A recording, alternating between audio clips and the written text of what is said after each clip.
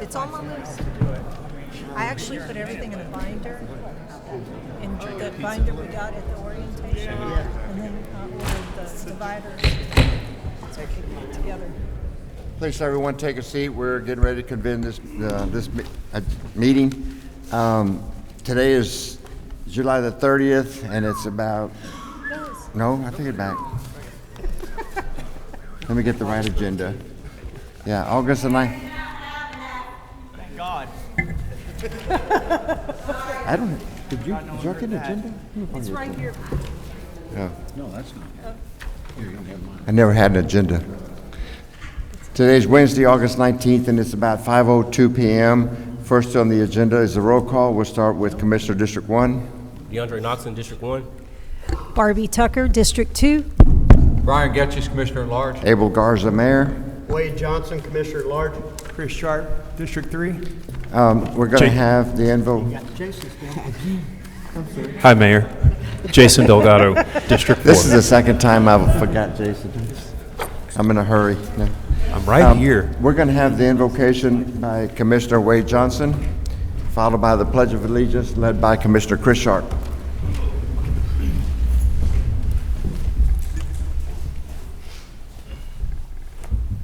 If you'll bow your heads with me, please. Dear Lord, watch over this meeting, watch over our city as we engage upon the meeting that we're about to commence and the duties and the responsibilities of our offices for the city. Watch over our police and our firefighters as they protect us during our meetings and all nights and days of our lives. Watch over the military that protects our nation and help guide us in the needed means required for us to properly lead our city. In Christ's name we pray. Amen. Amen. I pledge allegiance to the flag of the United States of America and to the republic for which it stands, one nation, under God, one indivisible, with liberty and justice for all. Honor the Texas flag. I pledge allegiance to each Texas, one state, under God, one and indivisible. Thank you, Commissioner Johnson, and thank you, Commissioner Sharp. Next on the agenda is proclamations and presentations. We have a couple of service awards. The first one is Luis Diaz from the Fire Department with 15 years of service. Mr. Diaz here. Hey, I can tell you right now, 15 years of service is a long time. The next one is Thomas Pittman, also with the Fire Department, 15 years of service. Followed by Donald House with the Rainwater Pump Station with a whopping 20 years of service. Any one of those here? Not yet. Amy Henderson with Animal Control, 20 years of service. Ms. Henderson present? No. And the last one is Daryl Billiot with the Water Distribution with an exemplary 25 years of service. They may not be here, but we're going to salute them and thank them for their service.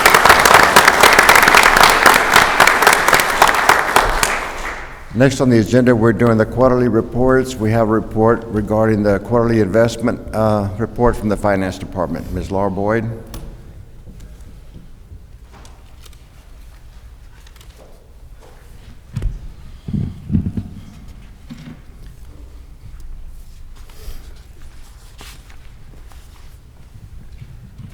Good evening, Mayor and Commissioners.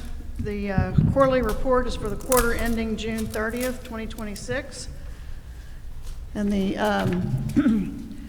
book value plus accrued interest at the beginning of the period, $198,104,742.33. Book value at the end of the period, $215,162,085.86. The market value plus accrued interest, beginning balance, $198,073,459.71. Ending market value plus accrued interest, $215,118,017.53. The yield to maturity, which is on the right side of the screen, at the end of the period, 3.595%, and days to maturity, 34. So the investment pool is quite liquid, meaning it's easily accessible. The asset allocation, the local governmental investment pool is 78.58%, bank deposits 14.49%, and then agencies and commercial paper 6.94%. You have any questions? Thank you, Ms. Boyd. Since your last presentation on this, approximately 90 days ago, I haven't had a chance to review this statement. Could you just point out what the quarterly change was from the prior? Or we're coming to that? Well, the first column, on the portfolio summary, the ending balance at March 31, 26 is the prior I see it now. period. 214, so 198 to 214. So we gained approximately 15 million, 14 million, thereabouts. 198 to the 215. I see it now. Thank you, ma'am. Any other questions for Ms. Boyd? Ms. Boyd, I have a question. In the portfolio, did it grow about 17 million in this portfolio anywhere that we invested into the Texas First Bank? Texas First Bank or the whole, The whole, the sorry. whole thing? Yeah, the 198 to the 215. Is that just where did that increase come from exactly? Let me look in the details.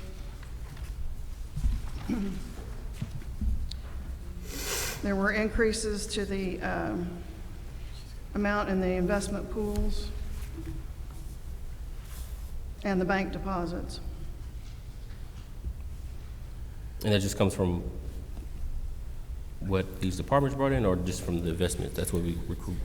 The excess revenues that's, you bring in revenue and the outgo, and then whatever's left, we invest it in the investment pool. All right, thank you. Any other questions, commissioners?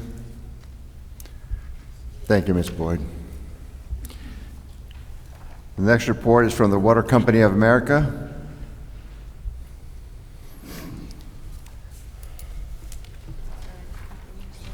Yeah. Thank you. Commissioners, thank you for this opportunity. My name is Steve Hooper. Yeah. My name is Steve Hooper. This is Anthony Constantine, my operations manager for the contract. We were asked by Utilities Director Corbin to come give you a very brief synopsis of our existing contract and the work that is being performed by Water Company of America for the city. I would like to just say this at the outset: at any time questions come up, they're on your mind, anything in relation to what we say, whether it's something in generality from a general manager or something with specificity from the operations manager, please stop us, ask your questions. Okay. Water Company in America has been in the business for 36 years of partnering with city and municipal governments, counties, authorities, to do one thing: to identify and help improve accuracy of utility billings, whether it's water, wastewater, stormwater, solid waste. In this period of time, we've developed some very specific strategies which we are in the midst of applying for the city. Do I have the clicker for the slides?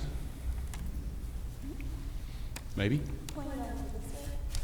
Towards the computer. With the arrows? There we go. No? No. No. Can you advance them for me? I think I can do it for you. Okay.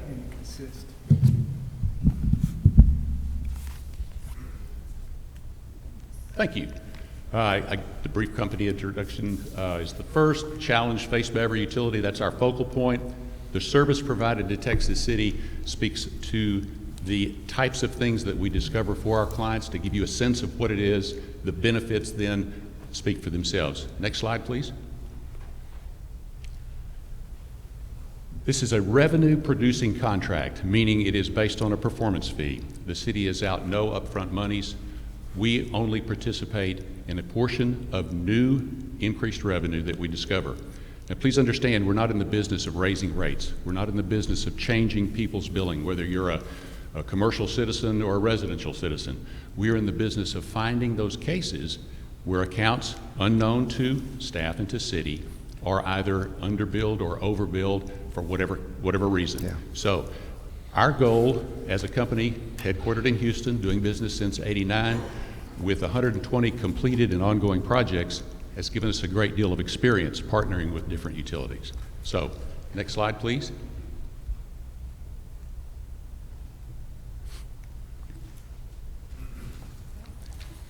The industry refers to lost revenue in terms of water as non-revenue water. Water loss equals non-revenue water. Water company, our firm, is in the business of finding that top block in the blue, the apparent loss. Simply defined, the water made it to your cash register in the field, to that water meter. But for some reason, whether it was a rate application or a specific piece of data in your utility billing software, whatever, it was negatively impacted such that it was underbilled. Could be a meter problem, but meter problems are pretty rare. It's more commonly in the data, in the utility billing system. So those little 5 examples there in the blue are examples of cases of that apparent loss, which again is our measure. That's our focus. Next slide, please.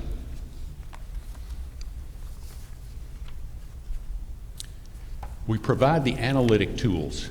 Now, you've got a utility billing software system, as every city does, with built-in tools to help manage.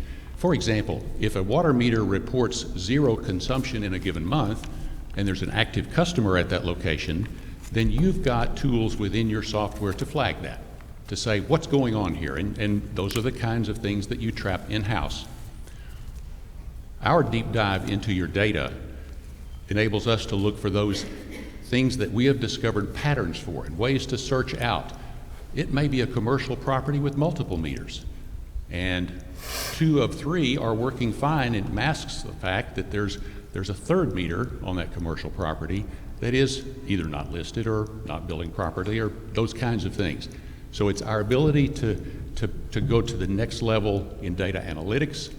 We then provide the field investigation. Anthony and his crews are involved directly with that. We do it with a customer-sensitive approach. We make certain that every customer knows that we're not there, quote, to raise their bill. We are there to ensure the accuracy of, that you're neither underbilled nor overbilled. So customer-sensitive is a huge element of what we deliver in the field. The city captures immediate increased revenue. If we make a discovery, that discovery is submitted as our work product to the city, to your project manager for review and approval. So you have control over this entire contract, right? You can see the evidence that we've produced both from the data and from the field, and then can correct whatever's necessary so that you can bill it properly. That's our goal. Last bullet, city leverages a proven approach to improving accountability without a budget demand. Water company is bearing the risk of that cost to do the data analytics and the field research, and then obviously we're only paid if and when we produce one of those fines, as we refer to them, that you approve. Next slide, please. Examples of non-revenue service: it could be a lost meter that's not in the data. It could be an account coding error that applies an incorrect rate. It could be a bypass meter or a malfunctioning one. Unknown water and sewer connections are more common than you think. There's a lot of that we discover, especially on the wastewater side. Rate, ordinance, and policy discrepancies and inconsistencies, not common, but they do crop up. We do find some of those. Customer data and billing errors, and errors in special service accounts. That would be cases where you've got a special service account with a large volume commercial customer, for example, and if it's all of the terms of that agreement are correctly applied. So we dig into that with the customer and with staff to ensure that it's all correct. Next slide. Been at it a long time. I'm very proud of the experience that we've gained over the years, the people we have with long tenure and experience, and some of the latest and greatest technologies to help us do that data analytics piece. Next slide. Benefits: we identify solutions for specific problems. So we're not standing back at a distance and saying, gee, we really think you ought to raise your rates, or gee, we think you ought to go out and change out all your 6-inch meters. Not at all. This is work order by work order, which represents one premise, one meter, and the issue we found related to that entity. So when we bring your staff a discovery, which is our work product, as I said before, it's for a specific problem. We help reduce that non-revenue water and sewer, improve accountability for service rendered. We're all after accountability because as an enterprise fund, we need to be able to deliver at the lowest cost, right? Enhanced ratepayer equity, that's always a big one. If you've got one who is paying properly and one who is not, then a rate increase, when necessary, is borne on the backs of those who are receiving an accurate bill. So equity is a big deal. Customer confidence, I can't tell you how many times that I've met with customers in the field, and I used to think it'd be a lot of pushback from customers. What, you want to try to catch me not paying my bill? That's not the case. Customers want to pay for what they use, but the fact that the city engages an independent third party set of eyes to do a deep dive into ensuring equity and ensuring accuracy goes a long way in customer confidence, and I get a great deal of pride in that. It's strictly performance fee, as I described before, and thus a revenue generating a contract which equals budget relief. So that's our goal. I'm asked every day, how much you think you'll find for us? And you never know. I've walked away from some contracts very successfully completed and handed the utilities director a certificate of excellence because we didn't find anything. And in other cases, we find significant revenues. But again, the risk is borne by Water Company of America to make that assertion. I believe that's the last one. Thank you. I have a question for you. Please. When did y'all start this auditing on our city? February? February? Come on up here, Anthony. Yeah, I believe we started the contract in February. Okay. We received data a few months before, and then we usually will have a start work meeting and get signatures to actually start the field operations. Once we get signatures and it's approved, then that's whenever field operations begin. So since y'all started, how many have we found? How many have we captured? Yeah, just a roundabout figure. You don't have to be exact. We have about 16 work orders approved roughly for about, I want to say it's about $15,000 a month in revenue. So when you guys discover these, and I know that you get paid a portion, which is fine, that's for your work, but is it a continuing? No, okay. No, usually our contracts will specify how long the invoicing period is, and typically it's 48 months. And that is the case on this contract. That's a 48-month revenue sharing period. Thank you. I have a question. Thank you for the presentation. I didn't see, I understand you guys received y'all's payment after what you guys turned into us, but what is that percentage? You mentioned there's a percentage associated with what you guys turned in. I didn't see that. For this contract, it is 50%. The city chose to piggyback on an existing co-op contract with TIPS, and so that's the standard with the service through that TIPS co-op contract, 50 for 4 months, or 50 for 48 months. How do y'all usually go about finding a lost or a broken meter? If it's been actively used and stuff, but we have no way to track how much water usage is out of it? There's about 3 different things you want to look at. First of all, if you get a good download and that it looks way back in history of information from your utility billing system that we do the dive into, then you can sometimes see patterns from history, right? Number 2, you want to look at the entire service area, and you're going to focus on your volume commercial users initially because you're trying to get the biggest bang for the buck, obviously, for the contract and for the city and for Water Company. So we've got an enormous amount of data built up over what a hospital uses. Give me a bed count, and we can come up with a pretty good estimate of what water consumption might be. When we see deviations from the anticipated norm in our history and in our experience, that's cause to say, let's select that account for field research. So it also could be something as simple as I'm doing a saturation of a given area, whether commercial, not much residential here, those are pretty straightforward. One rooftop, 1 meter. But on commercial, we're doing a saturation of those commercial areas, and we're looking from Google Earth first, and we're saying, what's the footprint of this particular premise? Let's go back into our tax data with the county and say, okay, how big is this property, right? And get a sense of building footage, total property, square footage, that kind of thing. But when you're talking about stuff like hotels, motels, apartment complexes, there's some really good standards that we've developed over time that would give us the flag that you're talking about. Why go look at that one? I would assume that you have some basic math of volumes coming in and then total build volumes on the other side, so you could impute some sort of variance. I'm assuming you've also done that math for us. What's the variance? 1 gallon, a million?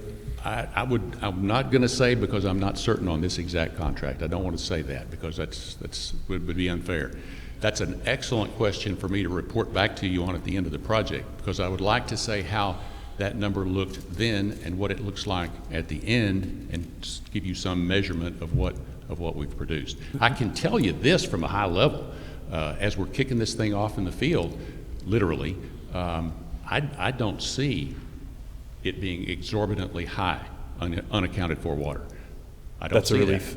That. Yes. Yeah. In the electricity business, we call this the missing megawatts. And it's pretty common that there's millions of dollars of missing megawatts. I would guess our scale is smaller, but there's always some amount of leakage, right? Shrinkage, leakage, call it whatever you will. And to your point, you can look at your production data and try to compare it back with your billing data, and the element there that's missing from that equation is what's referred to in the industry as the real loss. In other words, it leaked out before somewhere. it got to your cash register in the field, to the customer. So leak loss has a significant impact on that gross number. A final thing then, I think the gentleman to your right said approximately $15,000 a month. I mean, we're not holding you to it, but just for the benefit of this commission and the assembled public, $15,000 a month times 6-7-ish months is then you've found about $90,000 so far? Thereabouts. Bravo. I have another question. About how many meters do you show active in this city? I mean, to just give them a scope of what we're going through, how many you're auditing? 20,000 meters? Marvelous. Drew blank. So for the 48-month contract, what does that look like for like new development on homes? Will they be a part of this contract as well? Yeah, for a 48-month contract, right? The operating period? Yeah, operating period. The operating period where we're in the field is the standard on that co-op, which is a 3-year term. 3-year term? Yes, sir.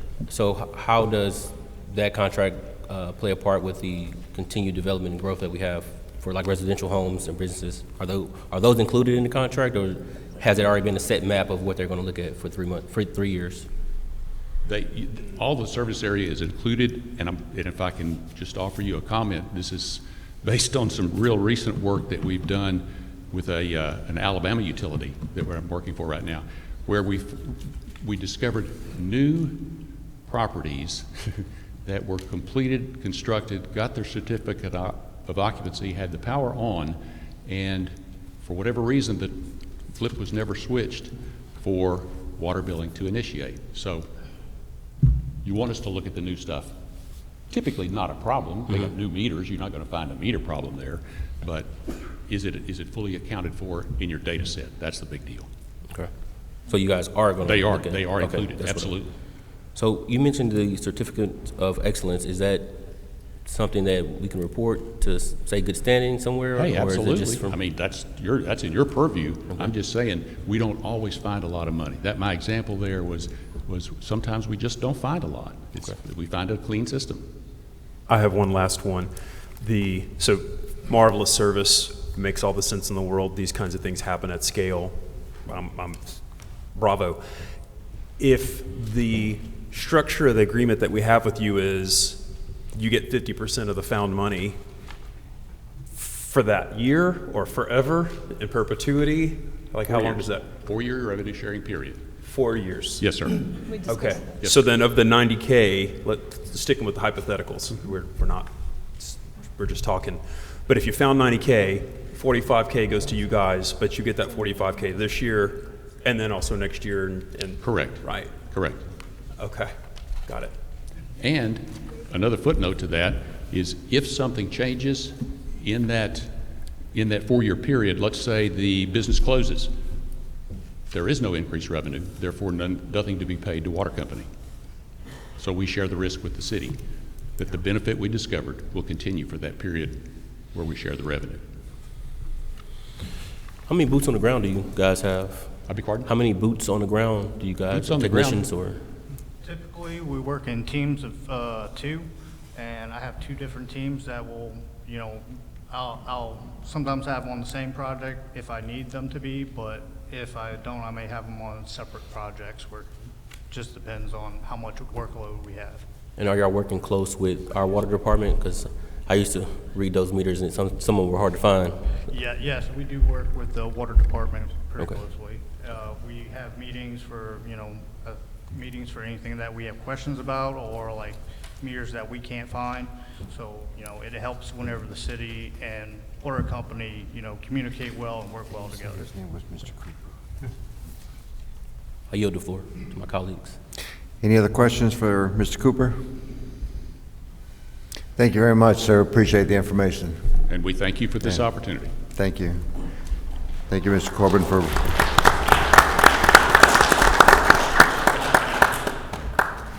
So next on the agenda is public comments. I have before me maybe 2, 3, 4, 6 comments. We're going to start with Mr. Taylor Surratt. Mr. Taylor Surratt, will you please make your way to the podium, please?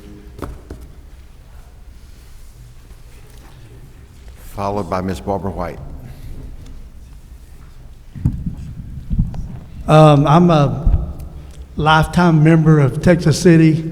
I've retired from the light company, and I came back and I rode through the town. And I rode through the town, and I was sad to say that we're in bad shape electrically. Cable, telephone, poles, rotten lines falling down. I found 4 lines on the ground that were hot, and I called the light company, and they took their sweet ass time to come out. And finally I had one person, it took us 6 months for them to come out and fix her lights. And her lights were flickering for the 6 months. I had drove by her house and I seen it. I called them and told them, look, the neutral's broke and the common neutral's broke and you need to fix it now. It took 6 months.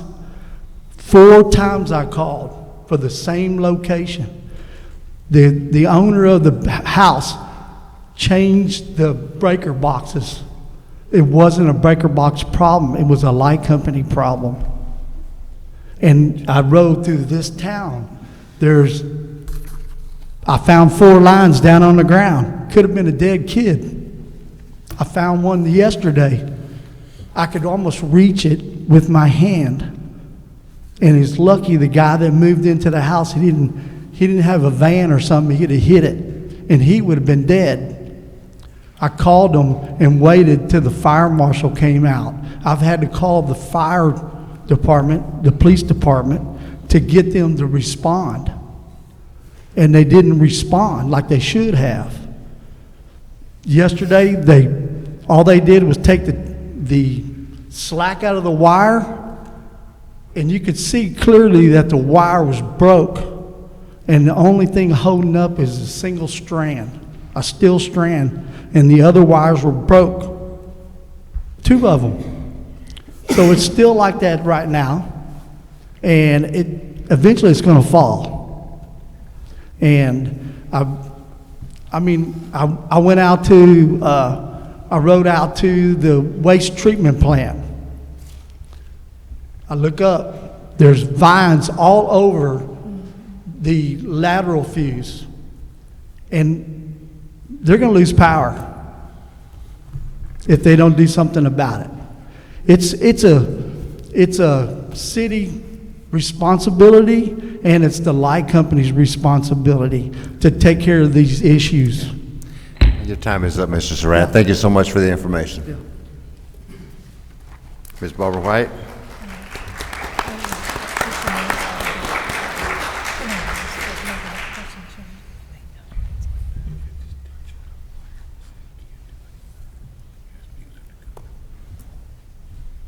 Not as tall as him.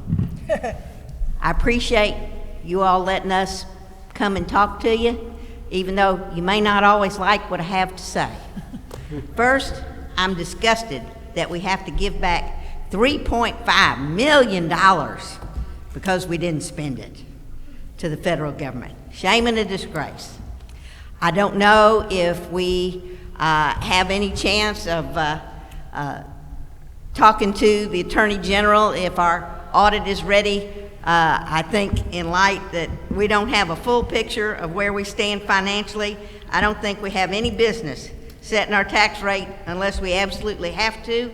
I think we still have a little more time to see how much of a hole we're in before we lock ourselves into our tax rate. Otherwise, I think we're going to have to make some drastic cuts that people are not going to like. Last, I don't think we need to require residences and commercial properties to have brick fronts, and we need to speed up the process and streamline it so that folks can get their permits and do what they need to do. Thank you very much. Thank you.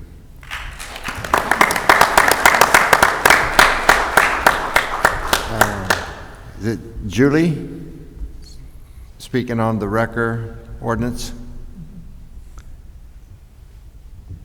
Is it Moles? Moles, okay. Thank you. It's Julie Moles. Another set of eyes here. Good evening, Mayor and Commissioners. And this is on regular item AG. I'm here today in support of increasing the City of Texas City's police order towing rate from $150 to $272. First, I'd like to point out that this is not a cost to the City of Texas City. The city does not pay this fee. This is a rate charged to the owner of the vehicle when law enforcement requests a tow, just as it is throughout Texas. This rate has remained unchanged for well over a decade. While the cost of doing business has increased dramatically, fuel, insurance, employee wages, workers' compensation, truck maintenance, equipment, and the cost of replacement of tow trucks have all risen significantly. We were also recently notified by our insurance that all tow companies in the state of Texas will be required to be a DOT certified, which adds an additional expense to our operating costs. Yet the compensation for responding to police order tows in the City of Texas City has stayed the same. At the same time, the towing industry has become much more complex.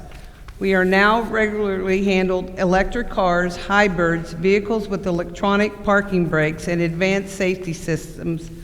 These require specialized equipment, additional training, and more time to safely recover and transport without causing damage. Tow companies are available 24 hours a day, 365 days a year, responding in dangerous conditions to clear crashes and disable vehicles from our roadways.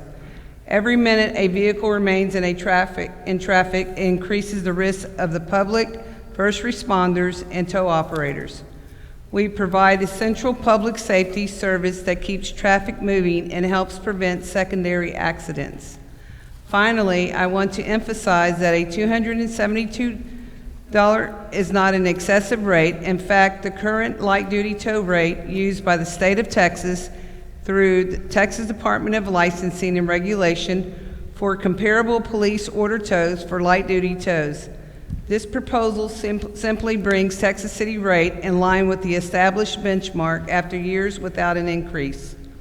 At the end of the day, this isn't about the towing company, it's about ensuring that the City of Texas City has dependable well-equipped towing providers that can respond quickly and safely whenever law enforcement calls.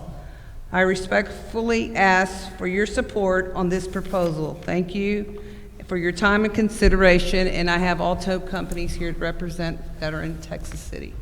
Thank you, Ms. Molis. Mr. Bill Etheridge. Bill Etheridge.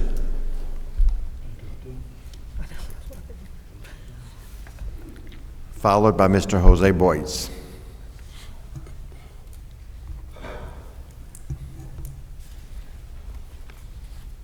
Commissioners, thank you very much for the opportunity to speak. I think you're doing a great job, and I want to commend you on all the things you're doing. And that being nice and saying nice things about you, then I'd like to say one thing. Your synopsis that you put on the website is excellent. I think it's great. I think everything that's on the agenda, you do a very nice job of putting it on there and have everybody a chance to read it and do it. But a lot of people coming from work in a time, maybe not have their computer available to them, do not have this. I would like to make one suggestion. Let's take and have these wonderful synopses that reflect the agenda be available at the back of the room. People can reread them, study them. If we don't use them and they're not used up at the thing, carry them to the city hall, put them at the front. Somebody else might want to come by and take a look at them, okay? So, now that I said nice things, let me just cherry pick a bit. I noticed on one of the items on the agenda, it talks about the GLO. Had a lot of experience with them in property management for the island, on the island. I see that we are getting ready to give back, and I appreciate how carefully you're watching our money. We're getting ready to give back $376,486.86.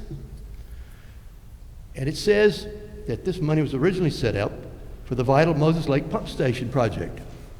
But it seems like, based on your synopsis, trying to read through it and understand it, that the funds were spent on engineering for the design of, it says, a shelter project. Not named, but somewhere there. So that's interesting. And I see that the city and the staff is actively working to recapture those funds because we do need that project going forward out at the seawall, our lovely seawall. Also, and that was just one item agenda. And I thought I saw a very nice synopsis on the fees that we paid for engineering for something that was not set out in that particular grant. Also, I see that y'all are dealing with trucks. We're getting 3 new trucks. I saw the synopsis, but I'm not sure if that really tells us that we are worn out 3 trucks, we're not maintaining the 3 trucks, or are we expanding the fleet? I believe the staff will probably answer that question, maybe perhaps for us. Also, we talk about trash shortfall. We're spending $320,000 additional dollars for trash shortfall on funding. I'm just curious of how we missed that forecast. And, you know, can we improve it? And let's make sure that we're aware of it for the coming year. Also, last thing, finally, real quick, as Barbara pointed out, I'm really concerned that we can't find a way to spend the last $3.5 million that they have to return to the federal government. So that's an interesting question, but once again, thank you very much for your time. You're doing a great job, and continue watching our money, because $300,000 here and $300,000 there, $3.5 million there is a lot of money. Thank you. Thank you, Mr. Etheridge. Mr. Jose Boyce.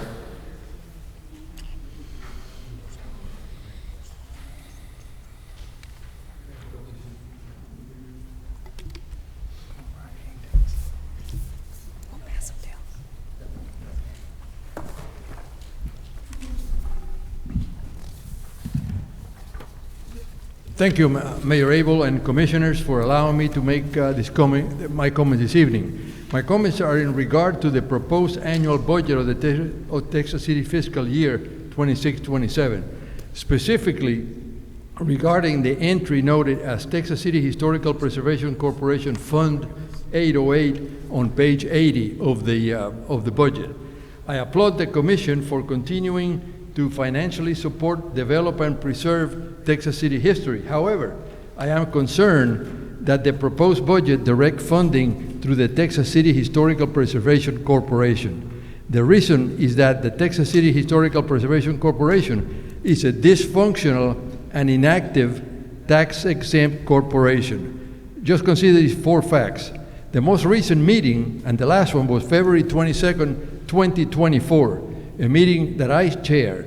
In fact, it's interesting that at that meeting, we considered approving a resolution retroactively approving the budget for the fiscal year. We did that then. The city charter, Article 8, miscellaneous provisions, Section 16, requires that all these boards meet at least quarterly and report minutes of the meeting to the commission. So look at that. We haven't met, that commission hasn't met in over 2 years. A public information request that I've done several times to get the copy of the draft minutes of that meeting of 2024 responded to me that there are no documents responsive to that request. So did we really have a meeting? To date, also the Texas City website does not list the Texas City Historical Corporation as one of the corporations. Interestingly, it's obvious that the financial and administrative need to oversee the city's historical preservation mission has been effectively managed without the need of the Texas City Historical Preservation Corporation. Therefore, the proposed budget should delete the reference to the Texas City Historical Preservation Corporation Fund 808 and redirect the funds to the Parks and Rec Department that apparently has coordinated these funds since a couple of years ago. So respectfully submitted to you. Thank you very much. Thank you, Mr. Boyds.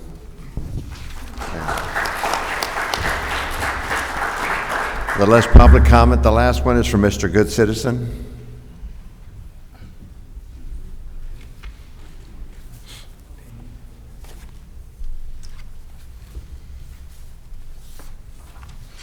Good evening. Hopefully y'all are having a good day. Thank you to the Records Department. I got y'all's email this morning in regards to some public records. That is in regards to Flock. Now, I love how everybody is on point about money here, so let's not go into civil rights. Let's just keep it money for Flock. Flock right now, over the 5 years that we have with the contract with them, which was signed in August of 2023, by Assistant Chief Cravens, I think was his name. We have over $500,000 invested in Flock now. We have 6 cameras in our city, and we're $500,000 in Flock. That seems a little ridiculous for a fancy camera.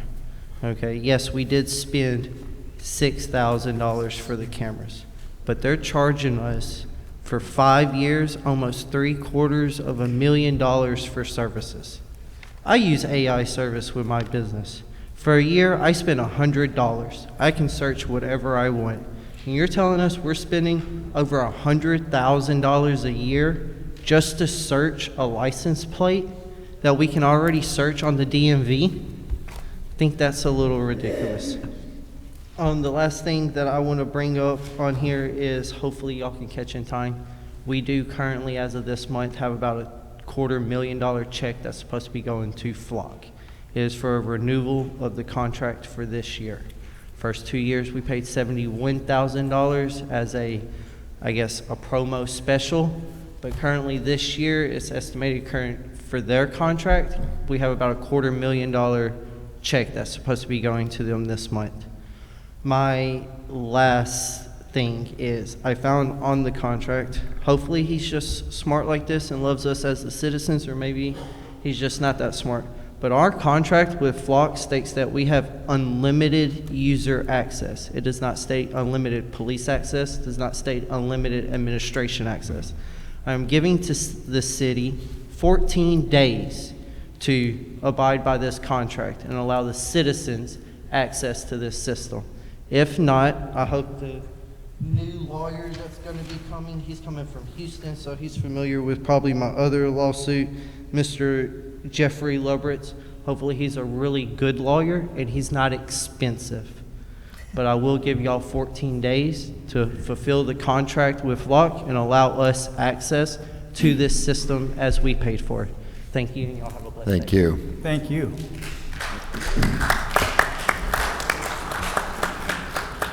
Next, on item number 7 is the consent agenda. Commissioners, we have items 7A through F. What is your pleasure to either approve them all or have some removed? for discussion. Mayor, I ask that C and E and F be pulled and moved down to the regular items for discussion. We can discuss them under the consent agenda item category. We've removed C, E, and F. You have A, B, D. I'll make a motion that we approve A, B, and D on the consent agenda. You say Motion. approve? Second. You say approve? Repeat your motion again, please, Commissioner. That we approve A, B, and D on the consent agenda. So that's all but C, E, and F, correct? Correct. There's a motion to approve items other than C, E, and F. Is there a second? I second. Is there any discussion? All in favor say aye. Aye. All opposed, same sign. Consent agenda item C, consider and take action on resolution number 2026-093, authorizing the repayment of funds to the Texas General Land Office, GLO. Mr. Harrelson? Yes, sir. Thank you, Mayor. I appreciate this getting pulled to give me an opportunity to explain it, because as the citizen just commented, it wasn't, I guess it wasn't easy to follow in the backup information. What this is we had a total of 3 GLO contracts. The first 2 we got way back in 2022, 2024. We had 4 projects in each. The only project remaining is the Moses Lake Pump Station project. That project drug on due to some permitting issues that we were dealing with the Corps of Engineers. While we were working through that, we had another GLO contract come in, and we were awarded two projects with that. One being some storm sewer work that we're just buttoning up right now over on the southeast side of town. And then the second one was a shelter project for the Carver Park Community Center. It got to a point with the Moses Lake Pump Station project that we were fearful of not being able to do the project because the funding is there, but the contract would not extend to allow us the time to complete the project. We got with GLO, did a lot of communicating with them, and they allowed us to move the contract from the existing contract into the new GLO contract and remove the Carver Park Shelter project. That came way late in the game, and we had already done the engineering for the shelter project. So what this agenda item is refunding the GLO for the funds to engineer the shelter project. But so we pay the GLO back the $373,000, but then that just goes back into the funds that they're going to give back to us to help fund the Moses Lake Pump Station project. So we'll essentially get that money back. That's not the way that we wanted to do it because it's confusing. And it's very frustrating, and we still, you guys had approved a significant fund balance contribution to the Moses Lake Pump Station project some meetings back to get us where we needed to be so that we could do that one project. In retrospect, there's a lot of lessons that we learned on this, but things that we could not anticipate, that we didn't anticipate, and nobody that was helping us do it did. That slowed the Moses Lake Pump Station down. We know now to start 5 years before we get an idea to try to get things moving. We'll know what to expect next time, but we didn't, unfortunately, and it cost us a lot of time. Our engineers did a good enough job. That is the only project that the money, the estimate was not accurate. We actually doubled our estimate than what we had for that particular project. But I said a lot of words. Is there any specific questions? Oh, yeah. Yes, sir. Jack, so some of these matters happened under the previous administration, and some of them were approved in commission meetings in 2025. The Carver Park Storm Shelter project, as I understood it, there was a construction contract that seemed to have been awarded for that of about $2.3 million. Yes, sir. Okay. What happened to that contract? Did we terminate that contract? We did. We had to terminate. They had just mobilized, and as soon as they mobilized, we got the meeting with the GLO that said, hey, we're going to be able to switch this over to this other contract, which would take the place of the shelter. So we just told everybody to freeze, don't do any work. Fortunately, they hadn't done any work other than put a trailer on the site. That's the only thing they had done. We told them, communicated with them, it's a great contractor, let them know they hadn't ordered any materials or anything, but we let them know where we were and what the plan was ultimately probably going to lead to. And we did successfully cancel that project, and they agreed to that. When did the decision get made, and did I miss? I tried to research all the prior meeting agendas, but did the decision to terminate the Carver project, did that come before the commission, or was that made by some individual? Like, when did someone said, yeah, we're not doing that anymore? That came in the mayor signed that, and I'm not sure, was it Mayor Johnson or Mayor Garza that had signed that, and I apologize.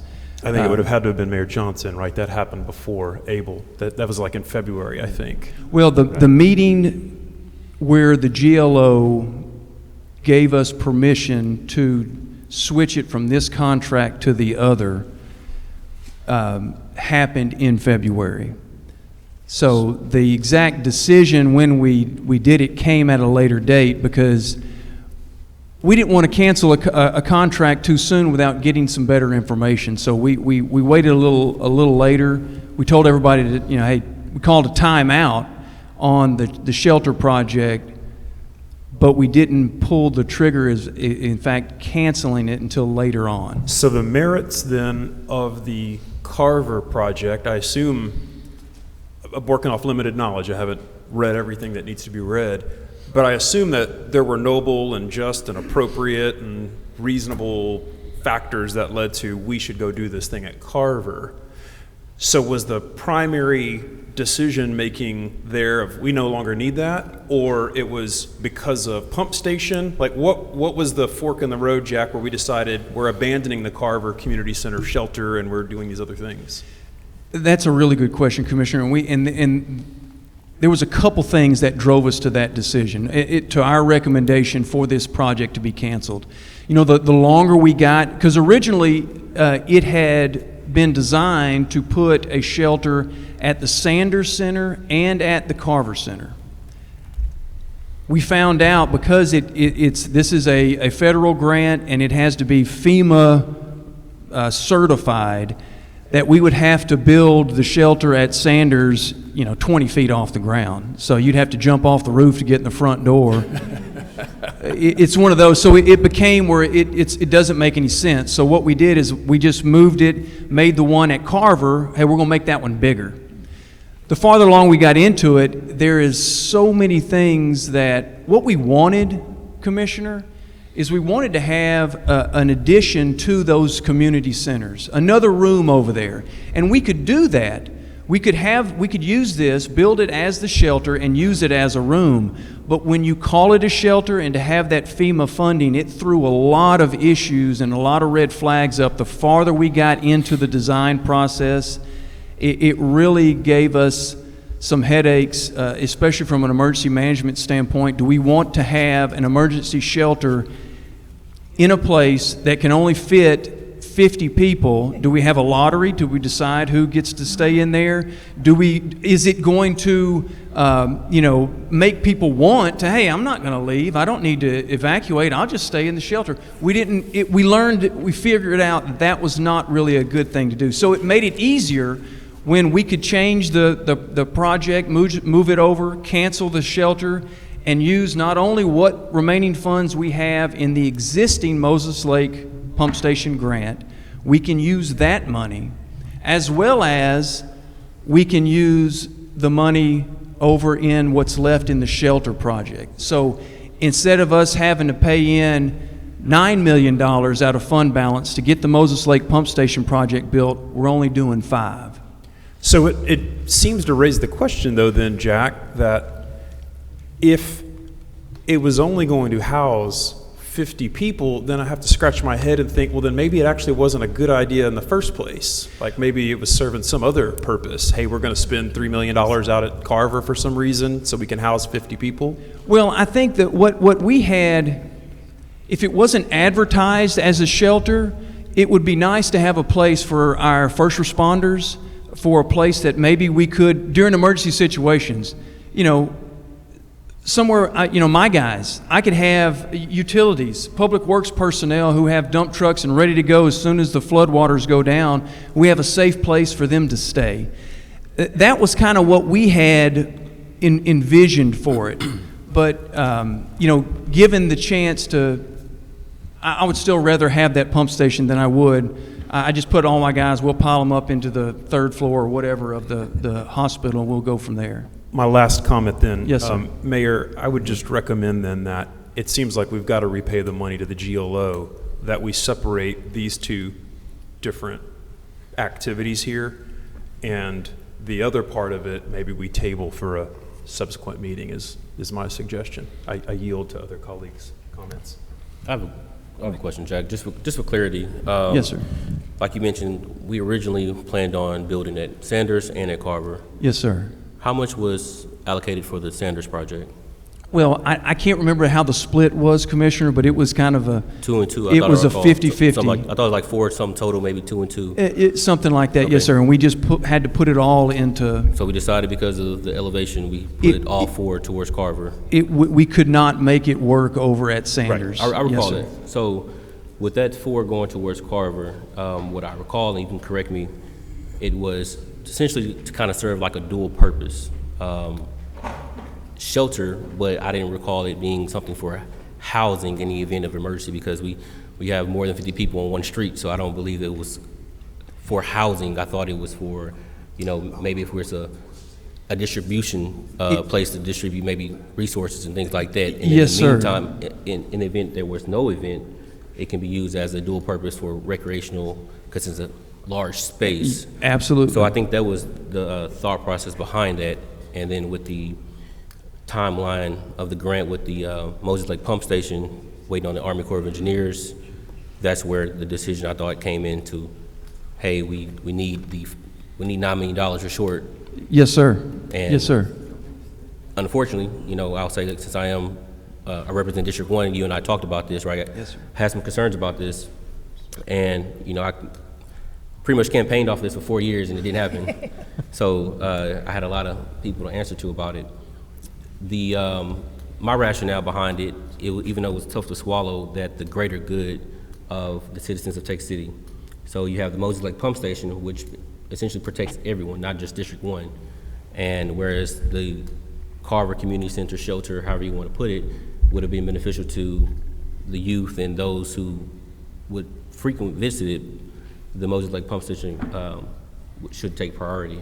But just wanted to kind of You're absolutely correct, Commissioner. Make sure I was on the right page. Absolutely correct. Yeah. And just keep in mind, now we have a set of engineered drawings for this that we can use in the future, and we can call it whatever we want to. Now, unless we're going to go back and take $4 more million out of the general fund and transfer it over, and y'all don't do that. But just thank you, Jack. I just kind of wanted to jog my memory a little bit and yes, sir. Put a little more context out there to what I recall happened, if that helps. Yes, ma'am. I have a question. You said we'll get this money back. We send it to them, they'll reallocate it and send it back to us in a different package. I'm sure we have some paperwork to do with that and everything. About how long do you anticipate that to take? How all of the GLO payments work is we get an invoice, so our engineer or our architect, our contractor will do the work. They send us a bill, we approve it, we send it to the GLO, then they'll okay it, and then they send us a check, and then, so they don't just send us the money. we get the bill in from the contractor and we send a bunch of paperwork. It comes to us, then back there, then back to us, then back to them, and then we get a check and we have 3 days to pay the contractor. Gotcha, thank you. Yes, ma'am. And Who actually does the grant work? Who applies for this? I don't think you do you? Or you're The two major grants that we had, like I said, I mentioned the first 2 grants that we got they were probably close to $15 million each. No, they were more than that. Both of those grants came in at $32 million. That was put in before I even got here. At least the projects were already selected. I don't know where the idea for it came from. I have no idea, Commissioner. But obviously wasn't your...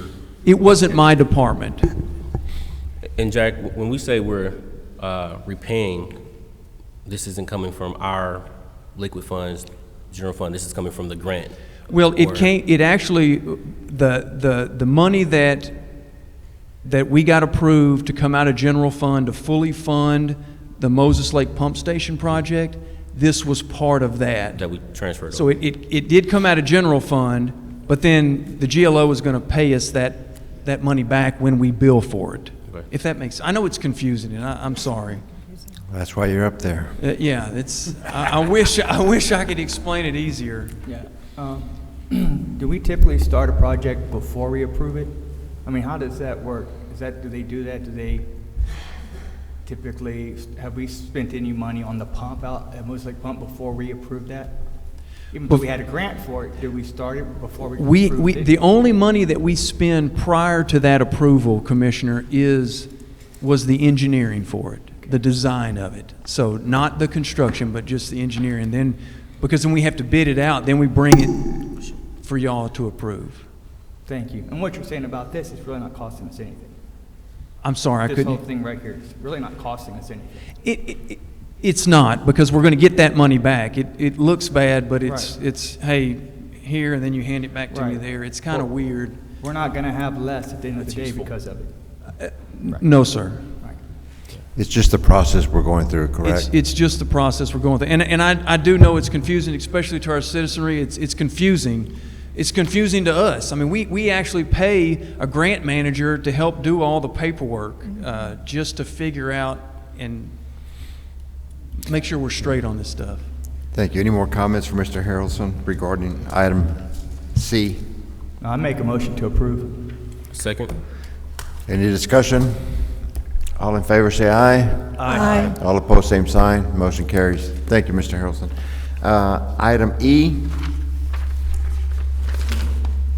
Right, it's me again, Mayor. Yeah, let me read it first. Let me read it. Okay, sorry. Consider and take action on resolution number 20695, authorizing the purchase of one F-150 two-door fleet side pickup and 2 F-350 crew cabs with service bodies from, what's that, Chastag? Ford under I-Board contract number 724-23. Please. Once again, this is another one that may be a little confusion, and it's frustrating for us as well, but these trucks, they're replacement vehicles that are budgeted for. Ordinarily, we make our vehicle purchases that are budgeted, we pay for those, or we order those by the end of October, by the end of November, at the latest, is what we like to do, just so we can get our stuff in order. This is coming from, this is Corbin's department, and it's coming out of the enterprise fund. It's not coming from our general fund. But it was placed in an account where we didn't know where it was. So it was it was budgeted for, but we didn't think it was because we asked for it over here and it got put over here. So when we found it, it's like, oh, well, I was going to budget for it in next year's budget, but since it's here, can I go ahead and, yeah, so that's where that came from. But these are just replacement vehicles for the utility department, and this comes from, like, once again, this is from the utility fund, not from the general fund. So those 5 that y'all asked for next year has been cut down to 2? It has not yet. If we get this, it will be, yes, ma'am. There you go. Jack, that was a very articulate and very polite way of addressing what I would call the accounting mayhem that seems to have occurred in the past. Jack, I spent a considerable amount of time on this item, and so just a couple of thoughts. I put together, I'm an accounting nerd, I model everything in Excel, and the thought occurs to me that we have a fleet of vehicles. And in a previous meeting, what I had discussed was, and provided an illustration to the assembled public, the very strange thing that seems to have happened with our capital expenditures, that they trended like this from 2020 to 2024 and then fell down to almost zero. So my suspicion is we probably have a lot of worn out things. Now, I personally, in my own life, I will drive a car or my own F-350. The last one I had, 300,000. I'll drive it till the wheels fall off. But that's as a private citizen. I don't have a fleet. So my first question is, have we evaluated abandoning the purchase, own, drive till failure, and maintain? Because then once I own it and I accumulate a certain number of miles and hours on a vehicle, then I've got to maintain it.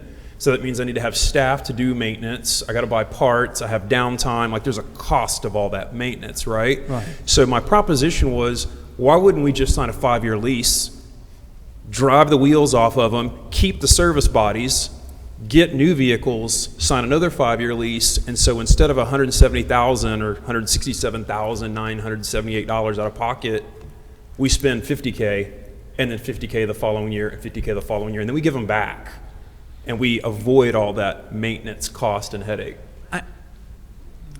We've never done that. Now, we have, the only vehicles that I'm aware of since I've been here that we've leased are some vehicles that were used by the meter readers. Uh-huh. And when the lease was up, we ended up buying them because they were little Toyota pickups, and we know we could put another 100,000 miles on them. And we got them for a little to nothing. We have never, that I'm aware of, Commissioner, looked into that. I've heard about an idea one time. A salesman tried to get me on our tractors. Yeah. About doing just what you're talking about, but from our vehicle standpoint, we have not investigated. Now we typically use service bodies. If they're in good shape, we'll put them on another chassis. We've Right. done that before, depending on the condition of the service body. This all kind of comes together, Jack, with my desire is that Texas City is the most desirable municipality to work at in our county. And so that means we pay our people really well, but also to the extent that people spend, particularly muddy boots tradesmen that are spending time out in the field, they've got nice equipment. But it's expensive to own and maintain nice equipment. And so in certain things, I would propose, why won't we park this? That would give us some time for 2 weeks to just go vet this idea, because maybe it's better that we lease this versus own these things. I'll do whatever you guys ask me to do. I don't know how else to answer that. You want to see my models, right? I can show you interest rates, the assumptions, decay. Yeah. Yeah, so whatever y'all tell us to do, we're going to do it, and we'll make it work. Mayor, fellow commissioners, I would recommend that unless we have an emergency, like we have a burning need to pull the trigger on this, that we defer this, and that would allow some time to consult with Ms. Boyd and others on the merits of this alternative way of thinking about it. Could we That's get one that option. from? Go ahead. Sorry, Commissioner. Could Jack or Corbin kind of give us some insight? Is this something that you guys need right now, or? Well, I'll say this, and without tooting Corbin's horn a little too much, the utility department has a healthy fund balance. He doesn't ask for anything until he needs it. And we got clean drinking water, and we can all flush our toilets anytime we want to. I tend to, because of the service that we get out of that department, it's pretty critical. Well, if he says he needs something, I say, well, let's get it, because. But I mean, it's. We're in August right now, so if we have to wait till October, I know it's not going to kill anybody. Yeah.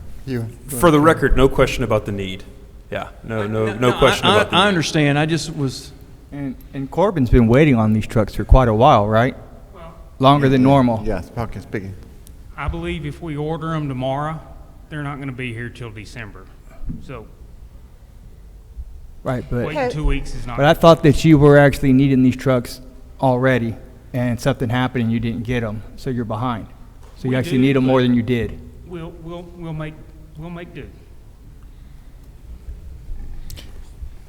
So I have a question, Commissioner Delgado. Could you give a little insight on, I know you said maybe holding off on this, what does the plan look like that you mentioned? I would propose that we meet tomorrow or Friday or the soonest available time where we could consult with Ms. Boyd and Corbin and others, and then run to ground. Does this have merits? Confirm the assumptions.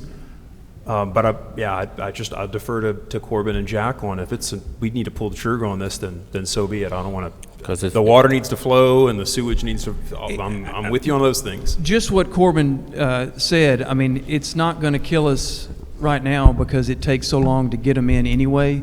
So if that's something that you guys want us to look at, and we can run some numbers and see what it shows. That way we can make sure we're making the right decision, because come October 1, we're going to start looking at this in we've got a lot of vehicles that we're going to want to order. So it may be something worth digging into. Yeah, my concern is we could probably benefit from the $140,000 that I estimate, $125,000, to cover other gaps that I think we're going to have in our budget. But anyway, I've said, Mayor, that was the point I wanted to make. I appreciate that. I'll second. And these are motion yet. just, We wanna get it Commissioner Delgado, just remember, this is an enterprise fund, so it can only be used for his stuff. Same thing, though. And Ms. Boyd, is there anything you think you can add to this? Is there one way or the other? No? will it have to come out of this year's budget, or Yes. it'll be okay for October 1? Yeah, because if we don't get him, he's already got him in the budget for next year. So it's not going to, And what it's happens? 6 one way, half a dozen the And other. if you lose any of this equipment, will still be okay? Right now? I mean, if something happens and I have to have one right away, we'll have to make some other arrangements, which, we can do. Okay. Whether it's going and buying a used truck off a lot, if that's what we have to do. Go down there and get Jason's. His running pretty good. Is there any more things that you can't find where the money is? Obviously, we knew we had money, but then we didn't have money, and then we kind of found it. Is there more of those surprises coming, or? We hope not. We think we're getting things kind of straightened out, and we've got stuff right where we want it to be, I think, right now. Wait a minute, Jack. We like finding money. Well, we're not finding it. We just know where it is, Okay. or where it's not. So if there are no more comments regarding this matter, what's your pleasure? I make a motion that we table this congruent with the discussion that just occurred. I second it, because I think we can discuss it later, and there's nothing to lose. Motion. Nothing bad's going to happen if we do that. There's a motion and a second. Any discussion? All in favor say aye. Aye. All opposed, same sign. This item is tabled. Item F, consider and take action on resolution number 2026 for 096, approving a change order to Carlson McLean for the General Land Office GLO 34th Street Drainage Improvement Project in the amount of $157,945.50. Mr. Harrelson. All right, this is an easy one, Mayor, because we all know we hate giving money back. Well, this is making sure we use up every cent we can in that particular grant. So that's what this change order is we had that much remaining, so we're going to find this much work to spend for the betterment of the city to get everything we can out of that grant. Any questions for Mr. Harrelson regarding this item? Let's do it. Is that a motion? Make a motion to approve, Mayor. I'll second that. Motion and a second. Any discussion? All in favor say aye. All opposed, same Aye. sign. Thank you. Motion carries. Thank you, Mr. Harrelson. Thank you all. You're right, it was a good one. Next, we go to regular items. Item A, consider take action on ordinance number 2026-26, of permanently rezone 19.059 acres of property located at 701 Highway 146 North, Texas City, Texas, from District F, Light Industrial, to District SP, site plan for the development and operation of a battery energy storage system, BESS. Mr. Kniper. Good evening, Mayor. Good evening. City Commission members. So we have a company, Alpha Omega Power. They have some land, about 19 acres, off of State Highway 146, right across the street from Texas New Mexico's substation and service center. They want to build a battery energy storage system, own and operate that. They came before the city with that application, and the planning board looked at that rezoning and site plan back in March of this year, moved it forward.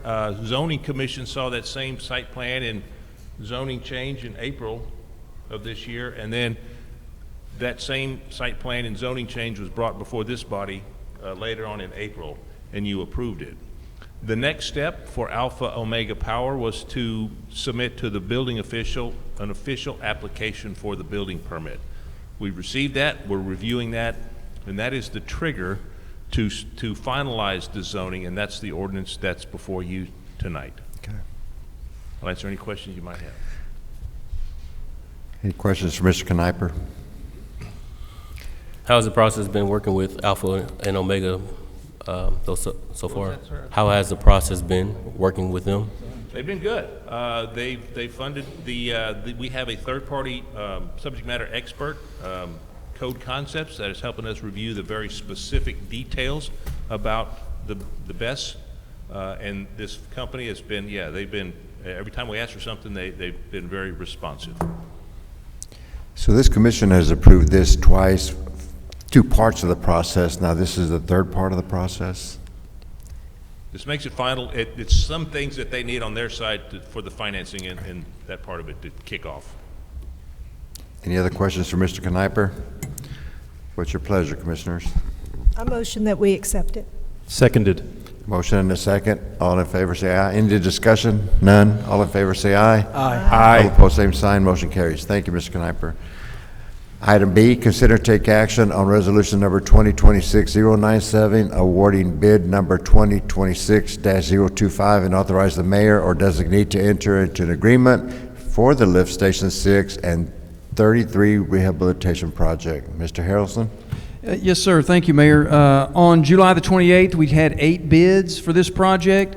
This was a budgeted work, and Neary Construction came in as they weren't the low bidder, but our low bidder we threw out because they didn't meet the minimum requirements of their minimum qualifications, and they just didn't have the experience that we thought to do something like this.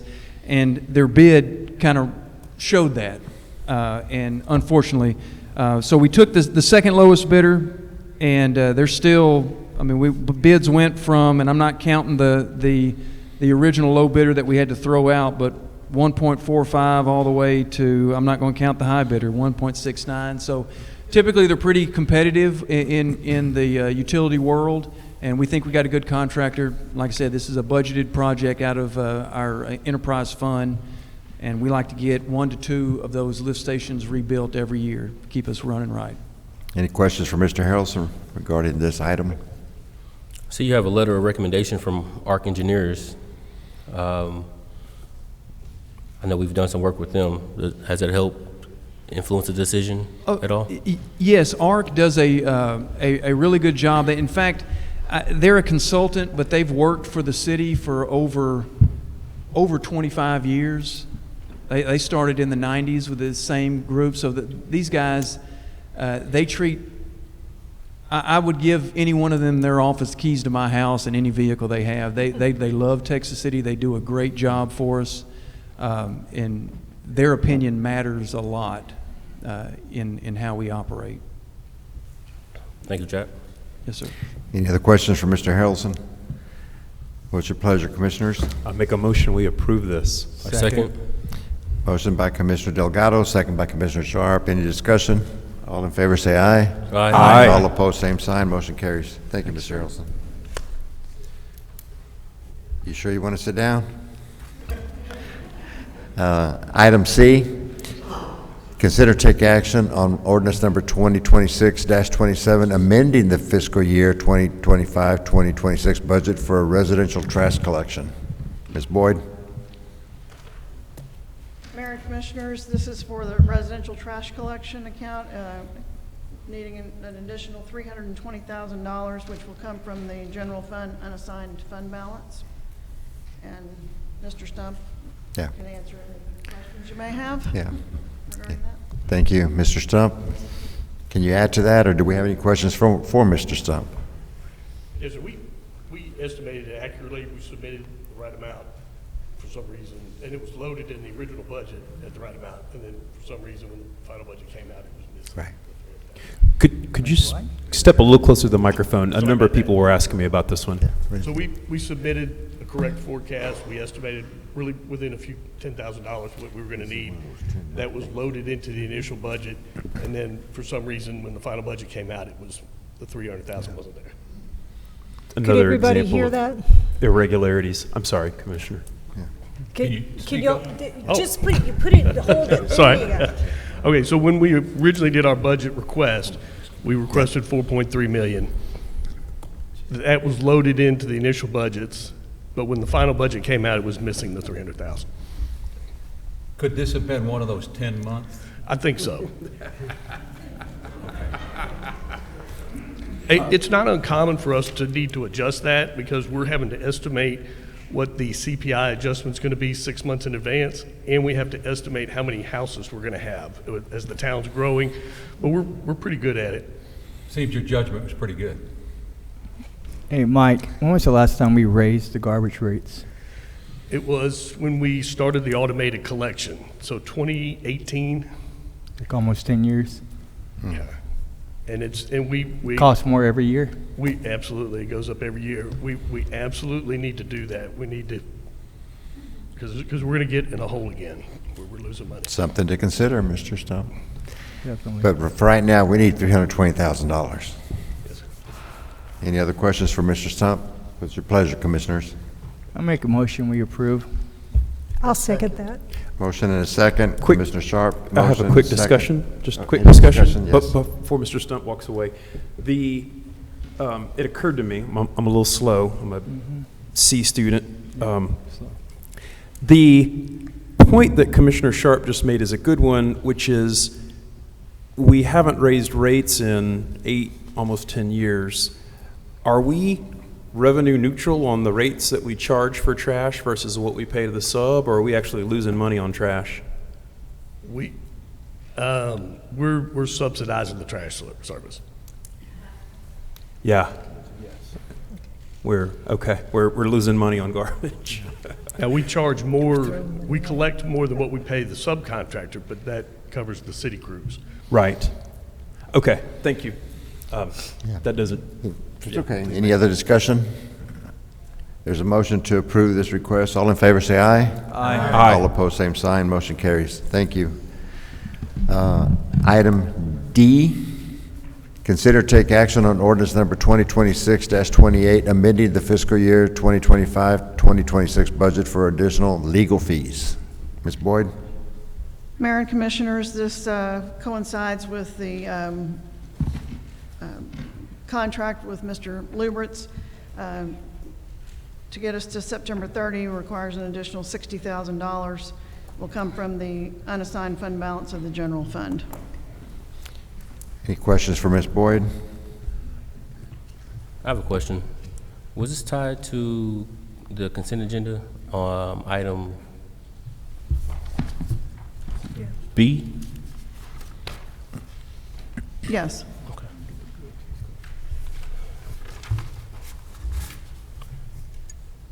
So I was going to ask that 60,000 was not associated to Mr. Dixon's fees or costs or anything like that. This is strictly for Mr. Lubert's. Correct. Okay.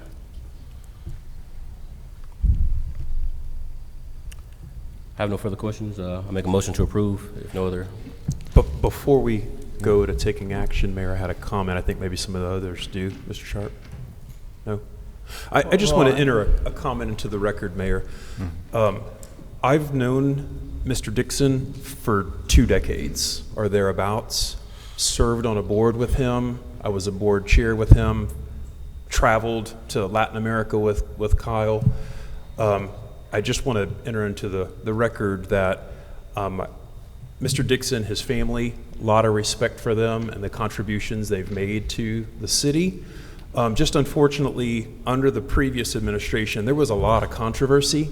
And as a part of moving forward and healing and bridging gaps, there just have to be some changes. And I just want the record to show that I think Mr. Dixon also wanted to do something different. And I've met Mr. Liblitz, and I'm excited about the new direction. Thank you for your comment. Any other comments regarding item D?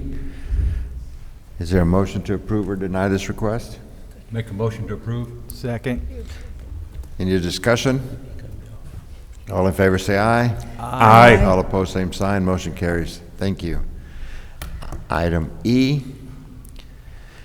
Consider take action on ordinance number 2026-29, amending the fiscal year 2025-2026 budget to reclassify expenses from the American Rescue Plan Fund to the general fund. Ms. Boyd?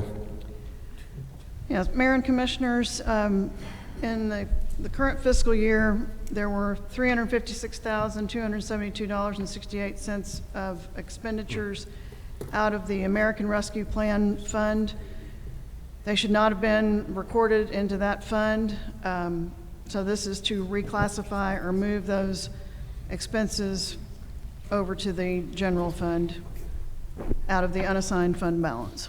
So this is not costing anything, it's just moving funds around to a different account. It reduces the general fund balance. Right. But the expenditures have already been made. Okay. We're just moving them into the correct Okay. accounting. Any questions for Ms. Boyd? I have a question. Yes. Is the housing commercial rehab still a part of it? Going to continue with this program?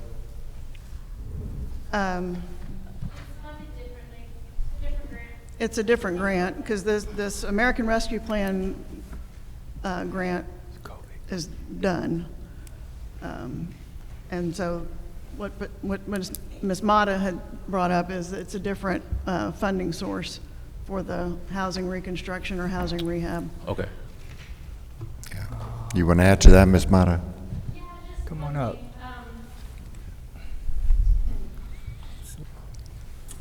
We leverage, I say we, community development leveraged a small portion of ARPA funds with CDBG entitlement funds to complete some housing rehab projects. So we leveraged some of the ARPA funds. And that was all. Any other questions regarding item E? But we're still good to go, still being funded some other way? Okay, thank you. What's your pleasure, Commissioners? Make a motion to approve. And I'll second it.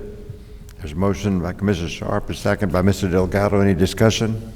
All in favor say aye. Aye. All opposed, same sign. Motion carries.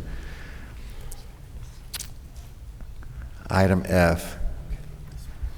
This is a long agenda. Yes. It's a good one. Yeah. Consider take action on ordinance number 2026-30, amending the fiscal year 2025-2026 budget for a refund payment to the U.S. Treasury and authorized to make the refund payment. Ms. Boyd? Yes, Mayor and Commissioners, the City of Texas City was awarded $10,309,444 from the U.S. Treasury as coronavirus state and local fiscal recovery funds authorized under the $1.9 trillion American Rescue Plan Act in 2021. Many changes were made by the U.S. Treasury, changes to what programs were eligible under this grant. But one thing that didn't change was the date that the funds had to be obligated. Obligation definition under the U.S. Treasury is a contract in place or a purchase order in place. And that deadline was December 31, 2024. And all obligated funds were to be spent by December 31 of 26. As of the last quarterly report to the U.S. Treasury, the city obligations and expenditures equal $6,727,542.17, and the city did not obligate the balance of the grant award, ultimately meaning that the city now owes back to the U.S. Treasury $3,581,901.83. Since the city already received the money, so it's not additional monies that's going to be going back. We're just going to refund what we haven't spent. It will hit the cash account, a reduction of our pooled cash account. Any questions for Ms. Boyd? Oh, yeah.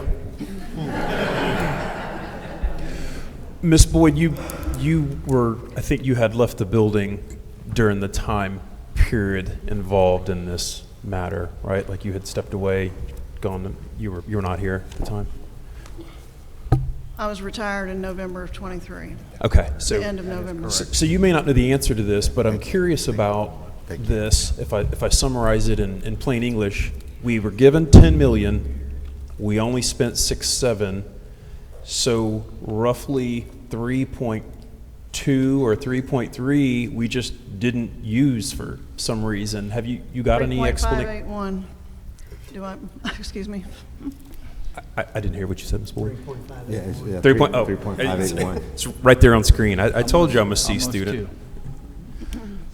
So what explanations have the staff provided to you, recognizing you weren't here when that occurred, but why didn't we spend 3.581,901.83?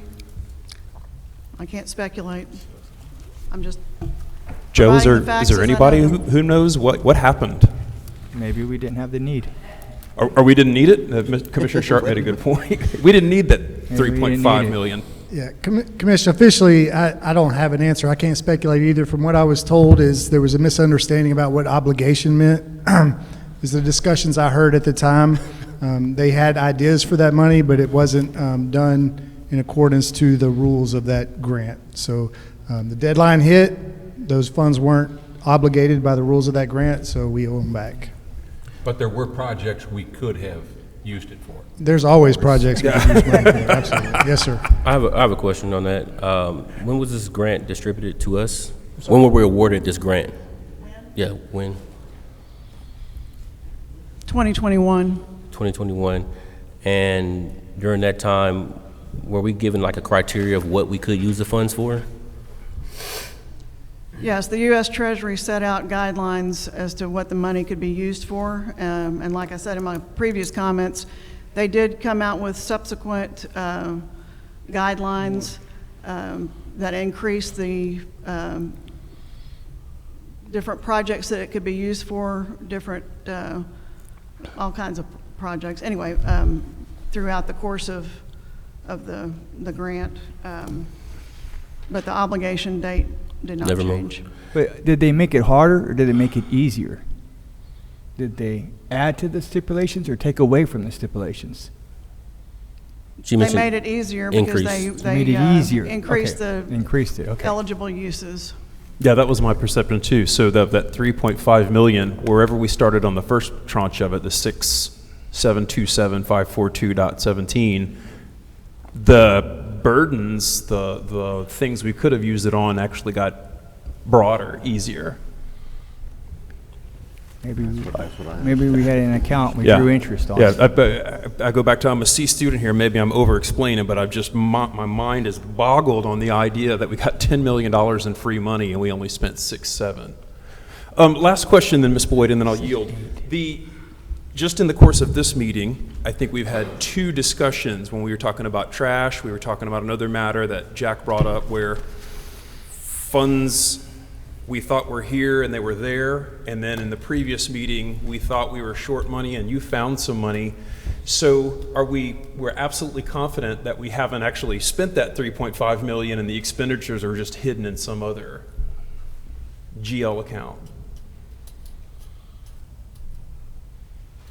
A naughty one, or you're thinking about a polite way to address it? I don't think the 3.5 is sitting somewhere that having been spent. That there's not some accrual or there's some debit that we actually owe 3 points? I don't think so. Vendors would have pestered us by now. Yeah. Okay, thank you. Hey, I have another question, go if I may finish. During your time here, Ms. Boyd, do you recall what types of things that this could have been used for? Well, there were some infrastructure projects that it was used for, so that was an eligible use. I'm not familiar with all the revised eligible uses, so I can't speak to that. I can just tell you what I know it was spent on when I was here previously. And Mr. Harrelson is familiar with those projects. No, I appreciate that. What I was going to get to was that thinking about the Moses Lake Pump Station situation we're in, if this was something that could have been allocated for that, that's why I just I'm not sure if that it could have been used for that. It's Jack or, no? I don't think so. Yeah. Put a grant toward a grant, I don't think that they would allow, because we couldn't even use grant money from one grant to go to the other. So we asked that and they wouldn't let us have it. Correct me if I'm wrong, Jack, but the Moses Lake Pump Station, that GLO grant was already in the works. Right. Prior to 21. So. Okay. So we could have done potholes, fixed some roads, things like that, basic stuff. Dug ditches. I'm not sure about potholes, but Ditches and drainage. But anything infrastructural, we could have. But infrastructure, Okay. infrastructure type project. Just for the sake of time, I believe we all know that the money could have been spent. Right. There's no doubt. I want to ask one more. Were we able to draw interest on it when we had it? Yes, it was put into the bank account and it was earning interest. Okay, so it wasn't a total loss. Okay. So we have to pay this money back whether we want to or not. Yeah. Is there a motion to approve this request? I'll make a motion to approve it. No other questions? There's a motion and a second. Any discussion? All in favor say aye. Aye. All opposed, same sign. Motion carries. Thank you. Last item on the agenda, thank God. No. Is it two more? Okay, never mind. G is for gee whiz. Consider take action on the first reading of ordinance number 2026-31, amending ordinance number 16-01, permissible fees and charges under the City of Texas City, 112-01, automotive records. Mr. Tumbleson, how'd you get roped into this? I got tricked. So, Mayor, Commissioners, Officer Edinburgh with the Texas City Police Department approached me early July and said some record companies had come to him asking us to look at our fees. And we haven't changed our record fees in 10 to 15 years. I don't have the exact number. It's been a long time. And at the same time, shortly after that, Commissioner Tucker reached out and asked the same question, are these fees current? So our Deputy Chief of Staff, Jennifer Hendershot, looked into this, and she looked at the state, the Texas Department of Licensing and Regulations, and concurred we do need to adjust our fees accordingly, like the citizen talked about earlier. So she put together this information and sent out an email kind of asking, hey, does this look right? The letter that we got from the records just asked to up the fee to $272. But while Jennifer was in there looking at it, there's a lot of other fees that needed updating also. So we put together a list of fees. One problem we had is because of the Texas Open Meetings Act, we had to post this last week, this amendment to this ordinance. And since then, we've gotten some feedback that these other fees need to be adjusted too. So if you'll bear with me, what we recommend, what the administration recommends the commission adopt tonight is amending this ordinance as shown with a couple of differences. So under motorcycle tow, instead of 175, it would be recommended to go to 272. And then Well,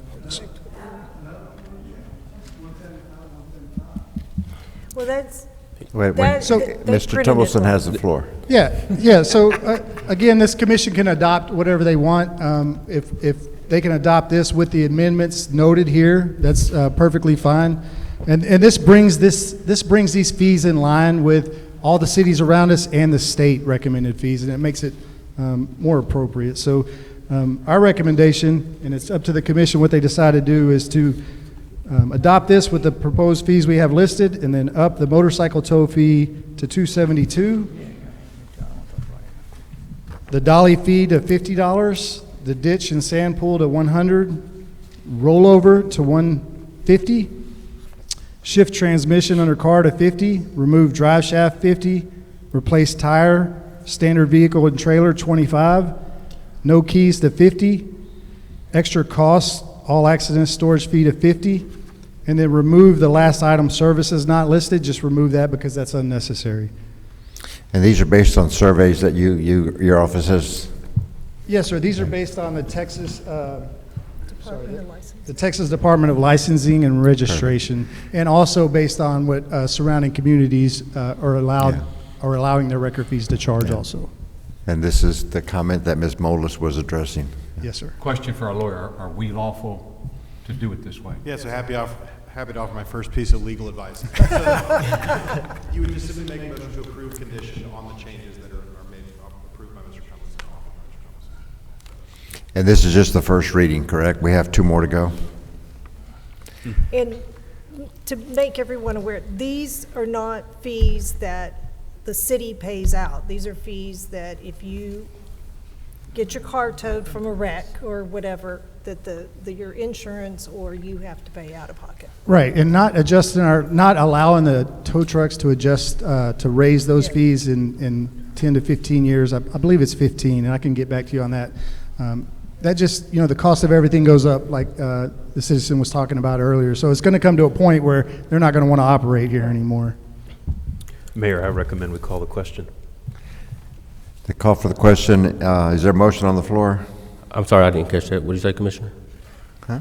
I didn't hear you, Commissioner. I was saying I recommend we move forward and take an action. Just one comment. If you guys seeing this, don't make you want to get insurance. Go ahead and get insurance so you ain't. I got a motorcycle, and that's more than what I pay monthly for a motorcycle. So, but I second Commissioner Delgado. I think it's a great thing that we're making sure we're in line with everyone else. What's your pleasure, Commissioners? I make a motion we approve this. I second again. Any discussion? All in favor say aye. Aye. All opposed, same sign. Yeah. Now can I safely say we're at the last item? Thank you. The best for last. Consider take action on the proposed ad valorem tax rate for fiscal year 26-27 by record vote. By record vote. Schedule public hearings if necessary. Ms. Boyd.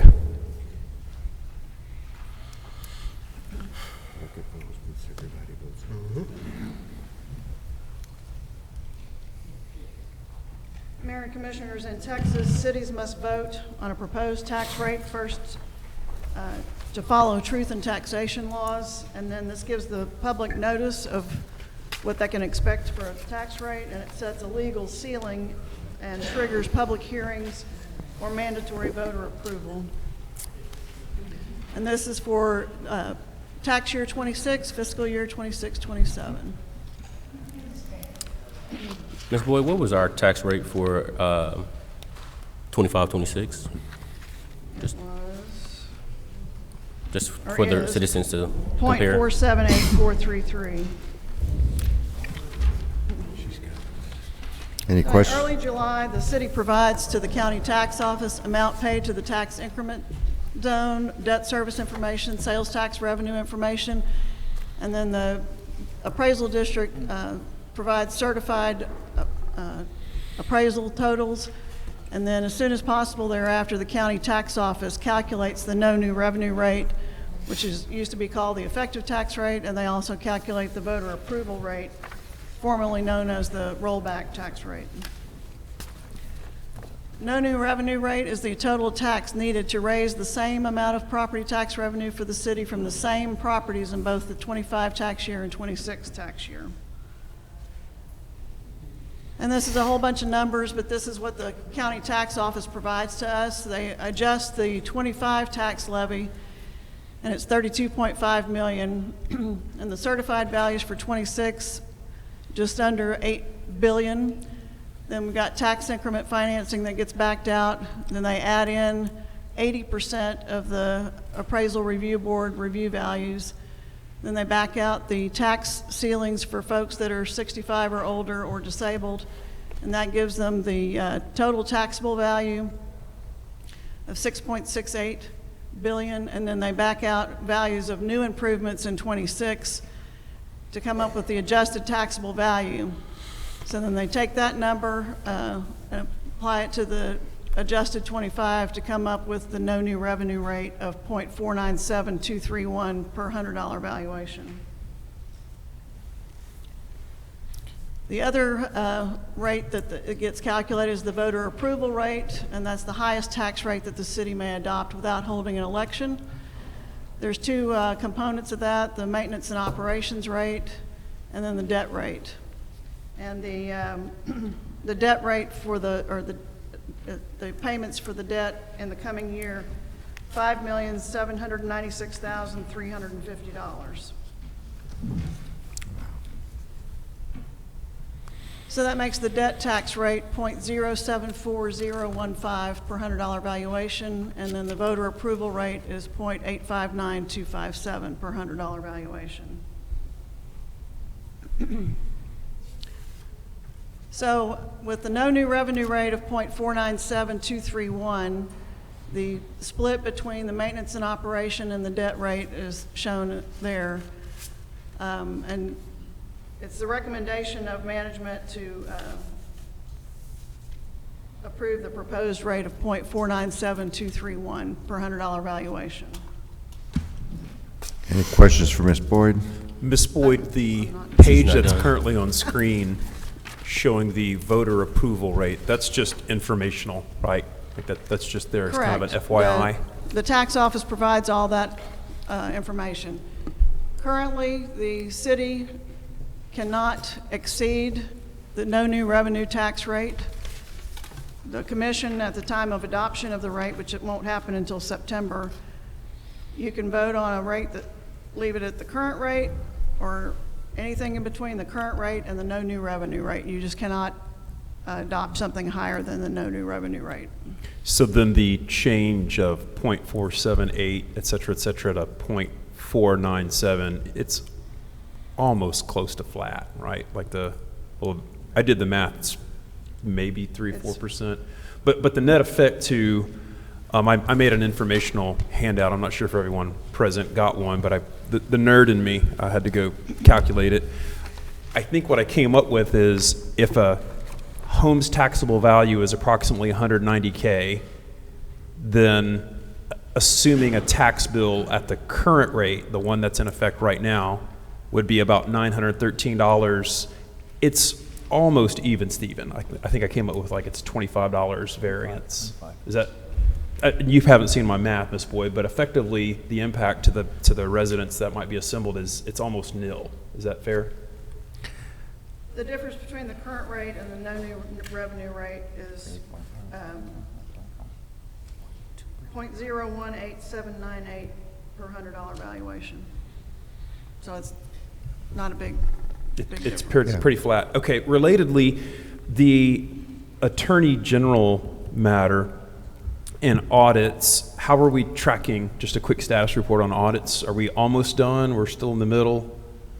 The fiscal year 25 audit is currently ongoing. The auditing firm of Forvis Mazar is expected to be complete with the field work by September 18th, and then they will write the report. Okay, I think that's consistent with what you had told us before. So we're tracking. Yes.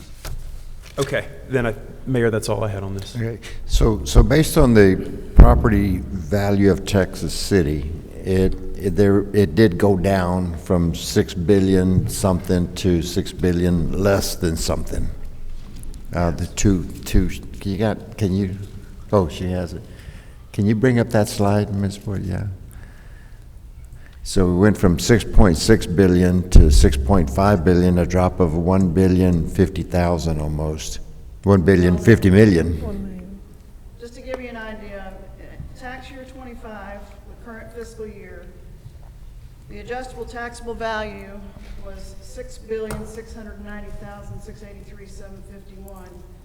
So there's been a reduction of $152 million in adjusted taxable value.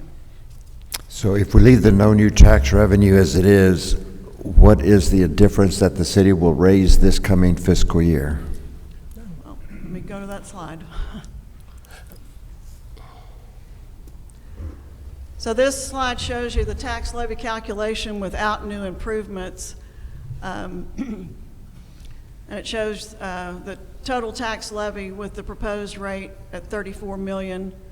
And there's the splits between the maintenance and operations. And INS stands for interest and sinking, another terminology for the debt rate.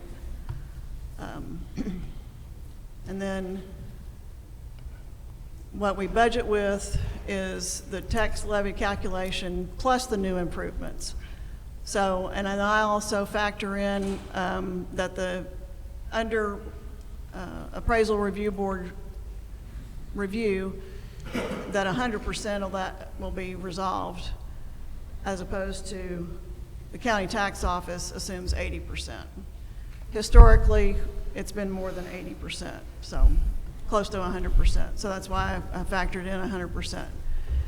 So the grand total of all that, taxable value with improvements, is $6,780,108,648. So the tax levy is $35.2 million.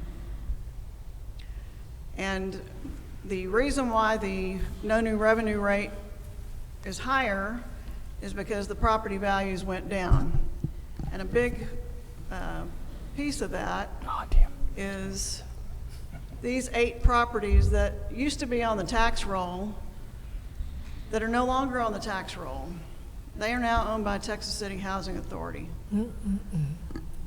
So if you look at the revenue lost for the city from all 8 properties, it's a loss of $888,712. I backed out number 8 because the other ones are in calendar year 25 and January of 26. It's a revenue loss of $714,075. Wow. And the Texas City Housing Authority is not, the accounting for that and all is not done by the city of Texas City. They have a separate board. Ms. Boyd, Yes. are you still going on with your presentation? No, I'm done. I would like to say I apologize for interrupting you in the beginning. I No, thought you were no. done. I know that can be frustrating and distracting. How did this come about to where it came off our tax roll and onto the Section 8? That's a very good question. I don't know. Was that voted on by the commission, or it was just acquired? Excuse me? Was that voted on by the commission, or was No. it just, it's It was just not acquired? voted on. These things were owned by private owners, and the housing authority bought them.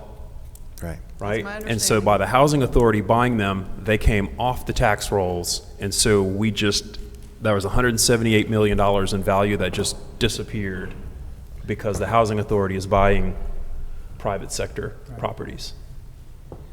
These properties are not on the tax roll anymore. Yeah, and the housing authority only has to be the primary owner. They don't have to buy the whole thing. They just have to be the primary owner, right? And the I'm not effect asking. is it's no longer I'm not taxable. asking. I'm just saying. Yeah. Don't worry about it. And then, so there's 2 things really that have really affected us. That's really going to make a difference, and that is this, of course, and the CO, because that's a cost as well. The interest that's got to come from somewhere. We've So- taken on debt and we're losing revenue. So fortunately, this happened and that happened. And the city's But we'll get competing past against it, but private that's where we business. are right now. Yeah. That's my take. Yeah, I have a question, if anyone else? Any more questions for Ms. Boyd? Commissioner Knox has a I have one, and kind of going off of what Commissioner Sharp just mentioned, and some other residents who spoke during public comment.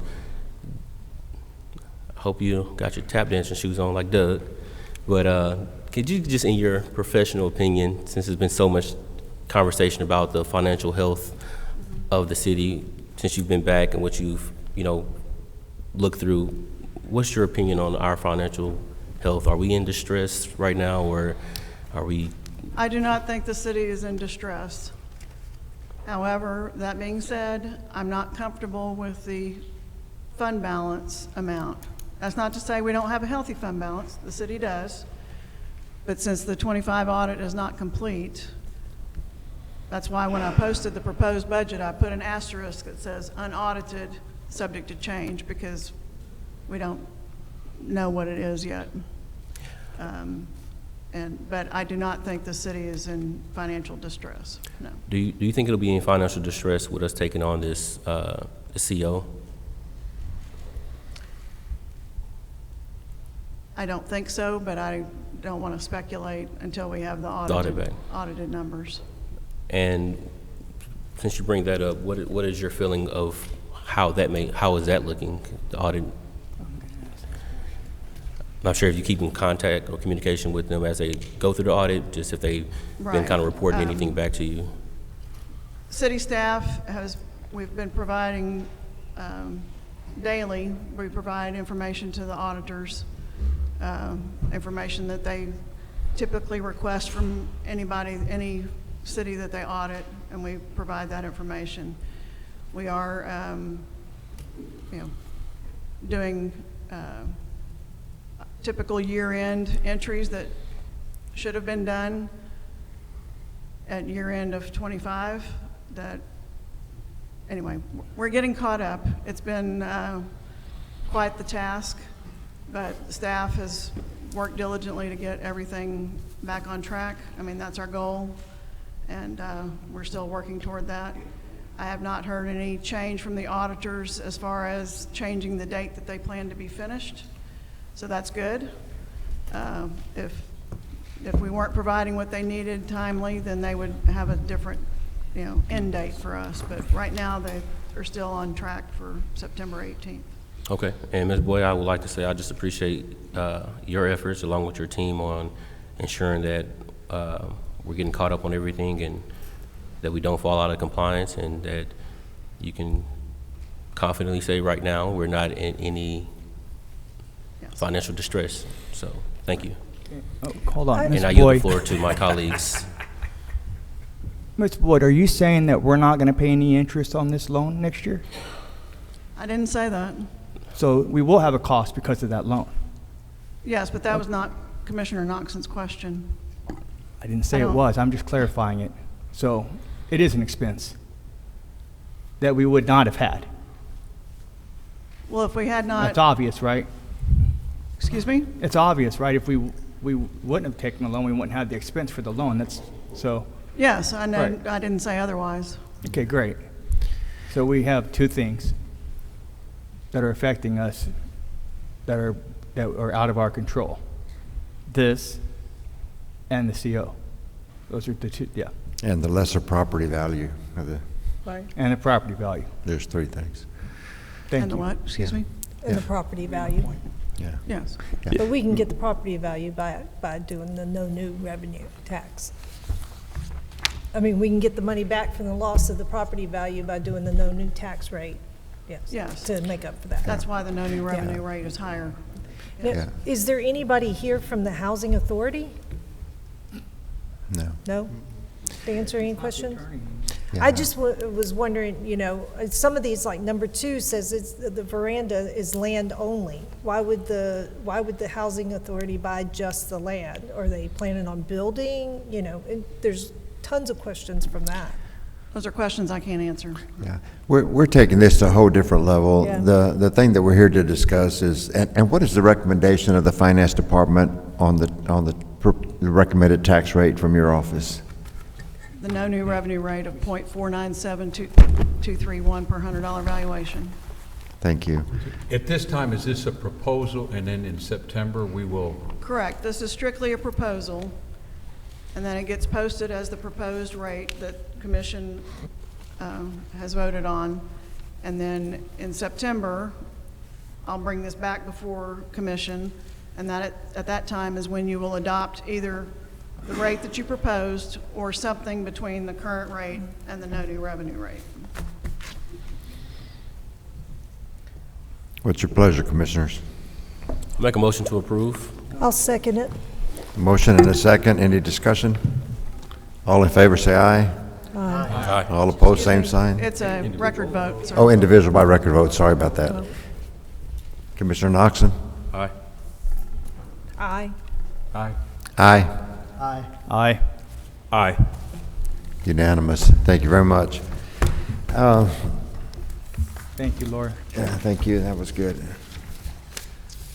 Let's go to, dang, I don't even have this. There we go. Commissioners' comments, we'll start with Commissioner Delgado this time. Thank you, Mayor. The topic of financial distress and the term distress is a subjective term. So I would like to just reframe the previous discussion on facts.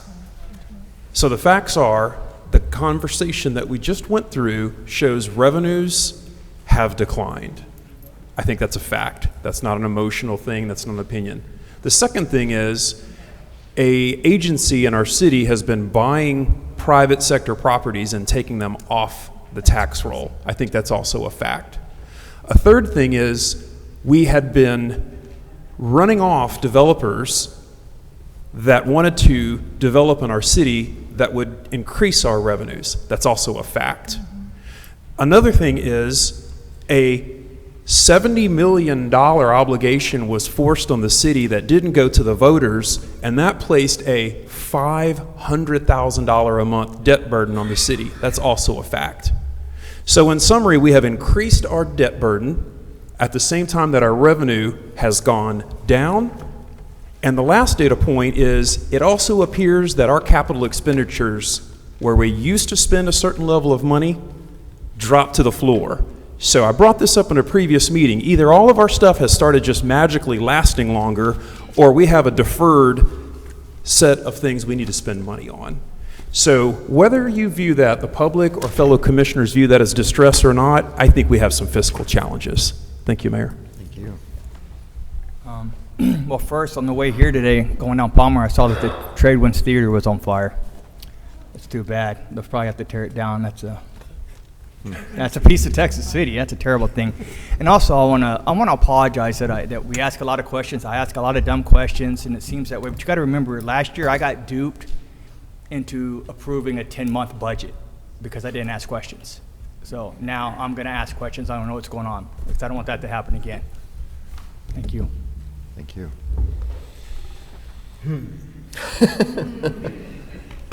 Okay. Most people that know me that I don't like to speak in public very often. I'd rather sit and watch and let actions speak more louder than words ever could. I got to go to TML training for new orientation for newly elected officials this past week. That's why I did not make the second budget meeting. I highly recommend that training for my fellow commissioners when it comes around again next year.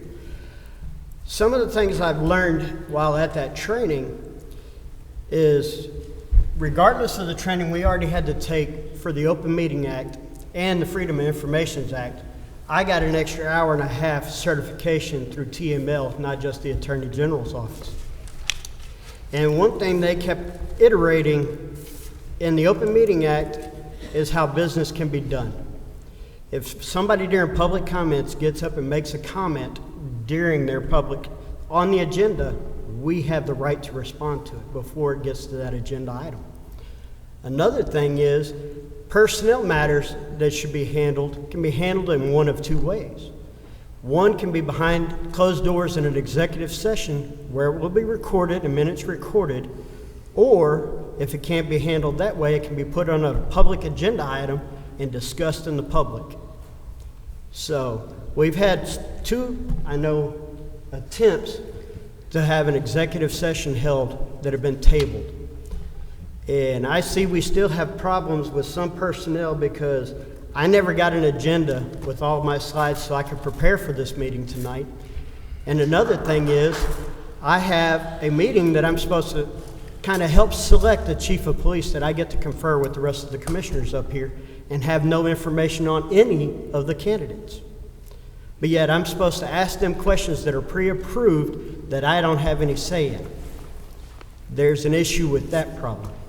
So with that, I think I will yield my time. Thank you. If you're here. Mr. Duchess. Yes. Accountability has to mean something. This administration under Mayor Garza has inherited these problems, which we've talked about tonight, and we got to deal with them. We've got some tough questions coming up, whether we're in distress or not. They're questions we have to answer, and we're going to deal with them.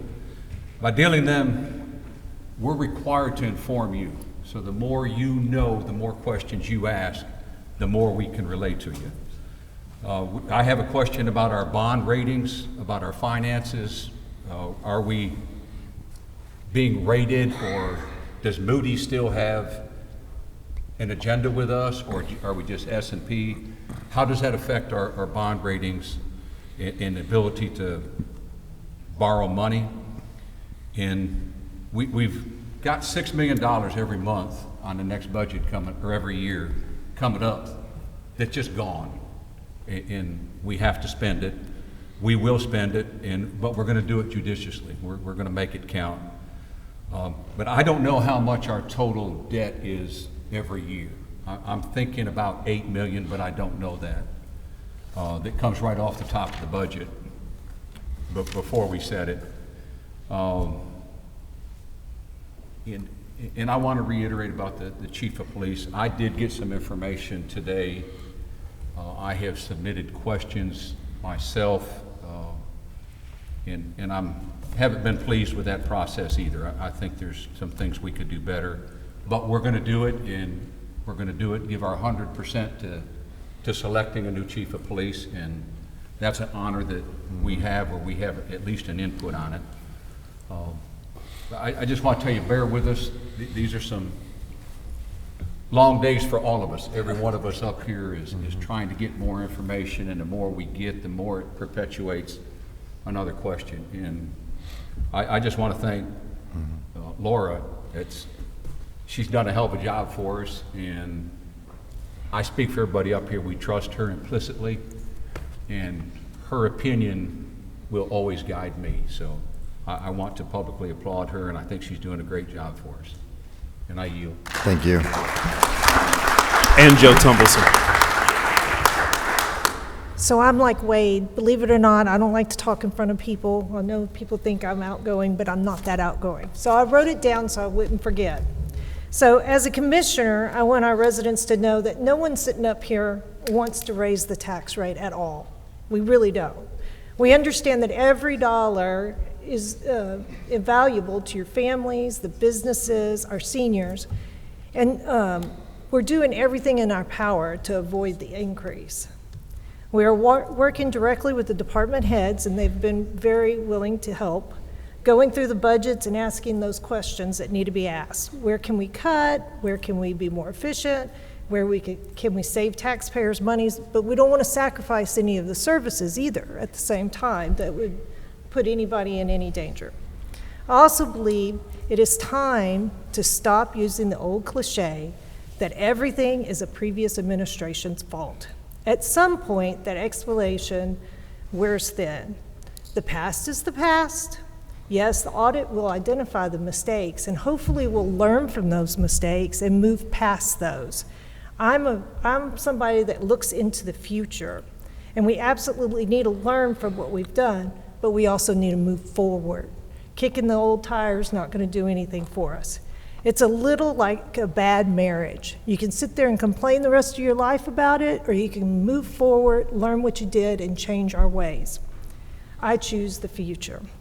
Texas City has tremendous potential. We have the ability to make the city prosperous again, attract businesses, and strengthen our neighborhoods, improve the quality of life, and make Texas City a community you're proud to call home. But the commissioners cannot do that alone. We need you. We need your ideas, your suggestions, and even your criticism. And most importantly, we need your support. We make some difficult decisions and work together for a stronger future. We may not always agree on every decision, but I hope that we agree on one. Texas City's best days are here to come. They can be ahead of us, and it's our job to make it happen together. Thank you. Mr. Knoxon. Yeah, I would like to just congratulate those individuals for their service awards and all their service they've given to the residents here of Texas City. Just to kind of touch on some comments that were made, the meaning of distress. Distress is a noun and sometimes a verb, describing a state of worry, suffering, or discomfort, often mental, emotional, or physical, and can also mean dangerous or an urgent situation requiring help. So, are we in any financial distress situation? Our finance director says she doesn't believe so, taking her expert opinion. So I will go off of that until something else is shown otherwise for the record. Thank you all for your time. I yield. Thank you. As far as my comments, y'all guys heard everything that the commissioners are having to handle and deal with and make decisions on. We're not experts in every field, but we're experts in common sense. And everything that's being done and every decision and every vote that's taken up here is being done with the information that's provided to us. I appreciate the commission's enthusiasm, their involvement, their concern. We're all going in the right direction. It's just going to take a little bit of time, but we'll get there. With that, I'm going to yield to the department staff. Anyone that has any comments from the department staff, please come to the podium, one at a time. Anybody? This meeting is adjourned. I don't know. I'll take it up. I don't know. I'll look at it. I don't know what's in. I don't know. I'll write that. Pastor Sean, Yeah. What, did I tell you?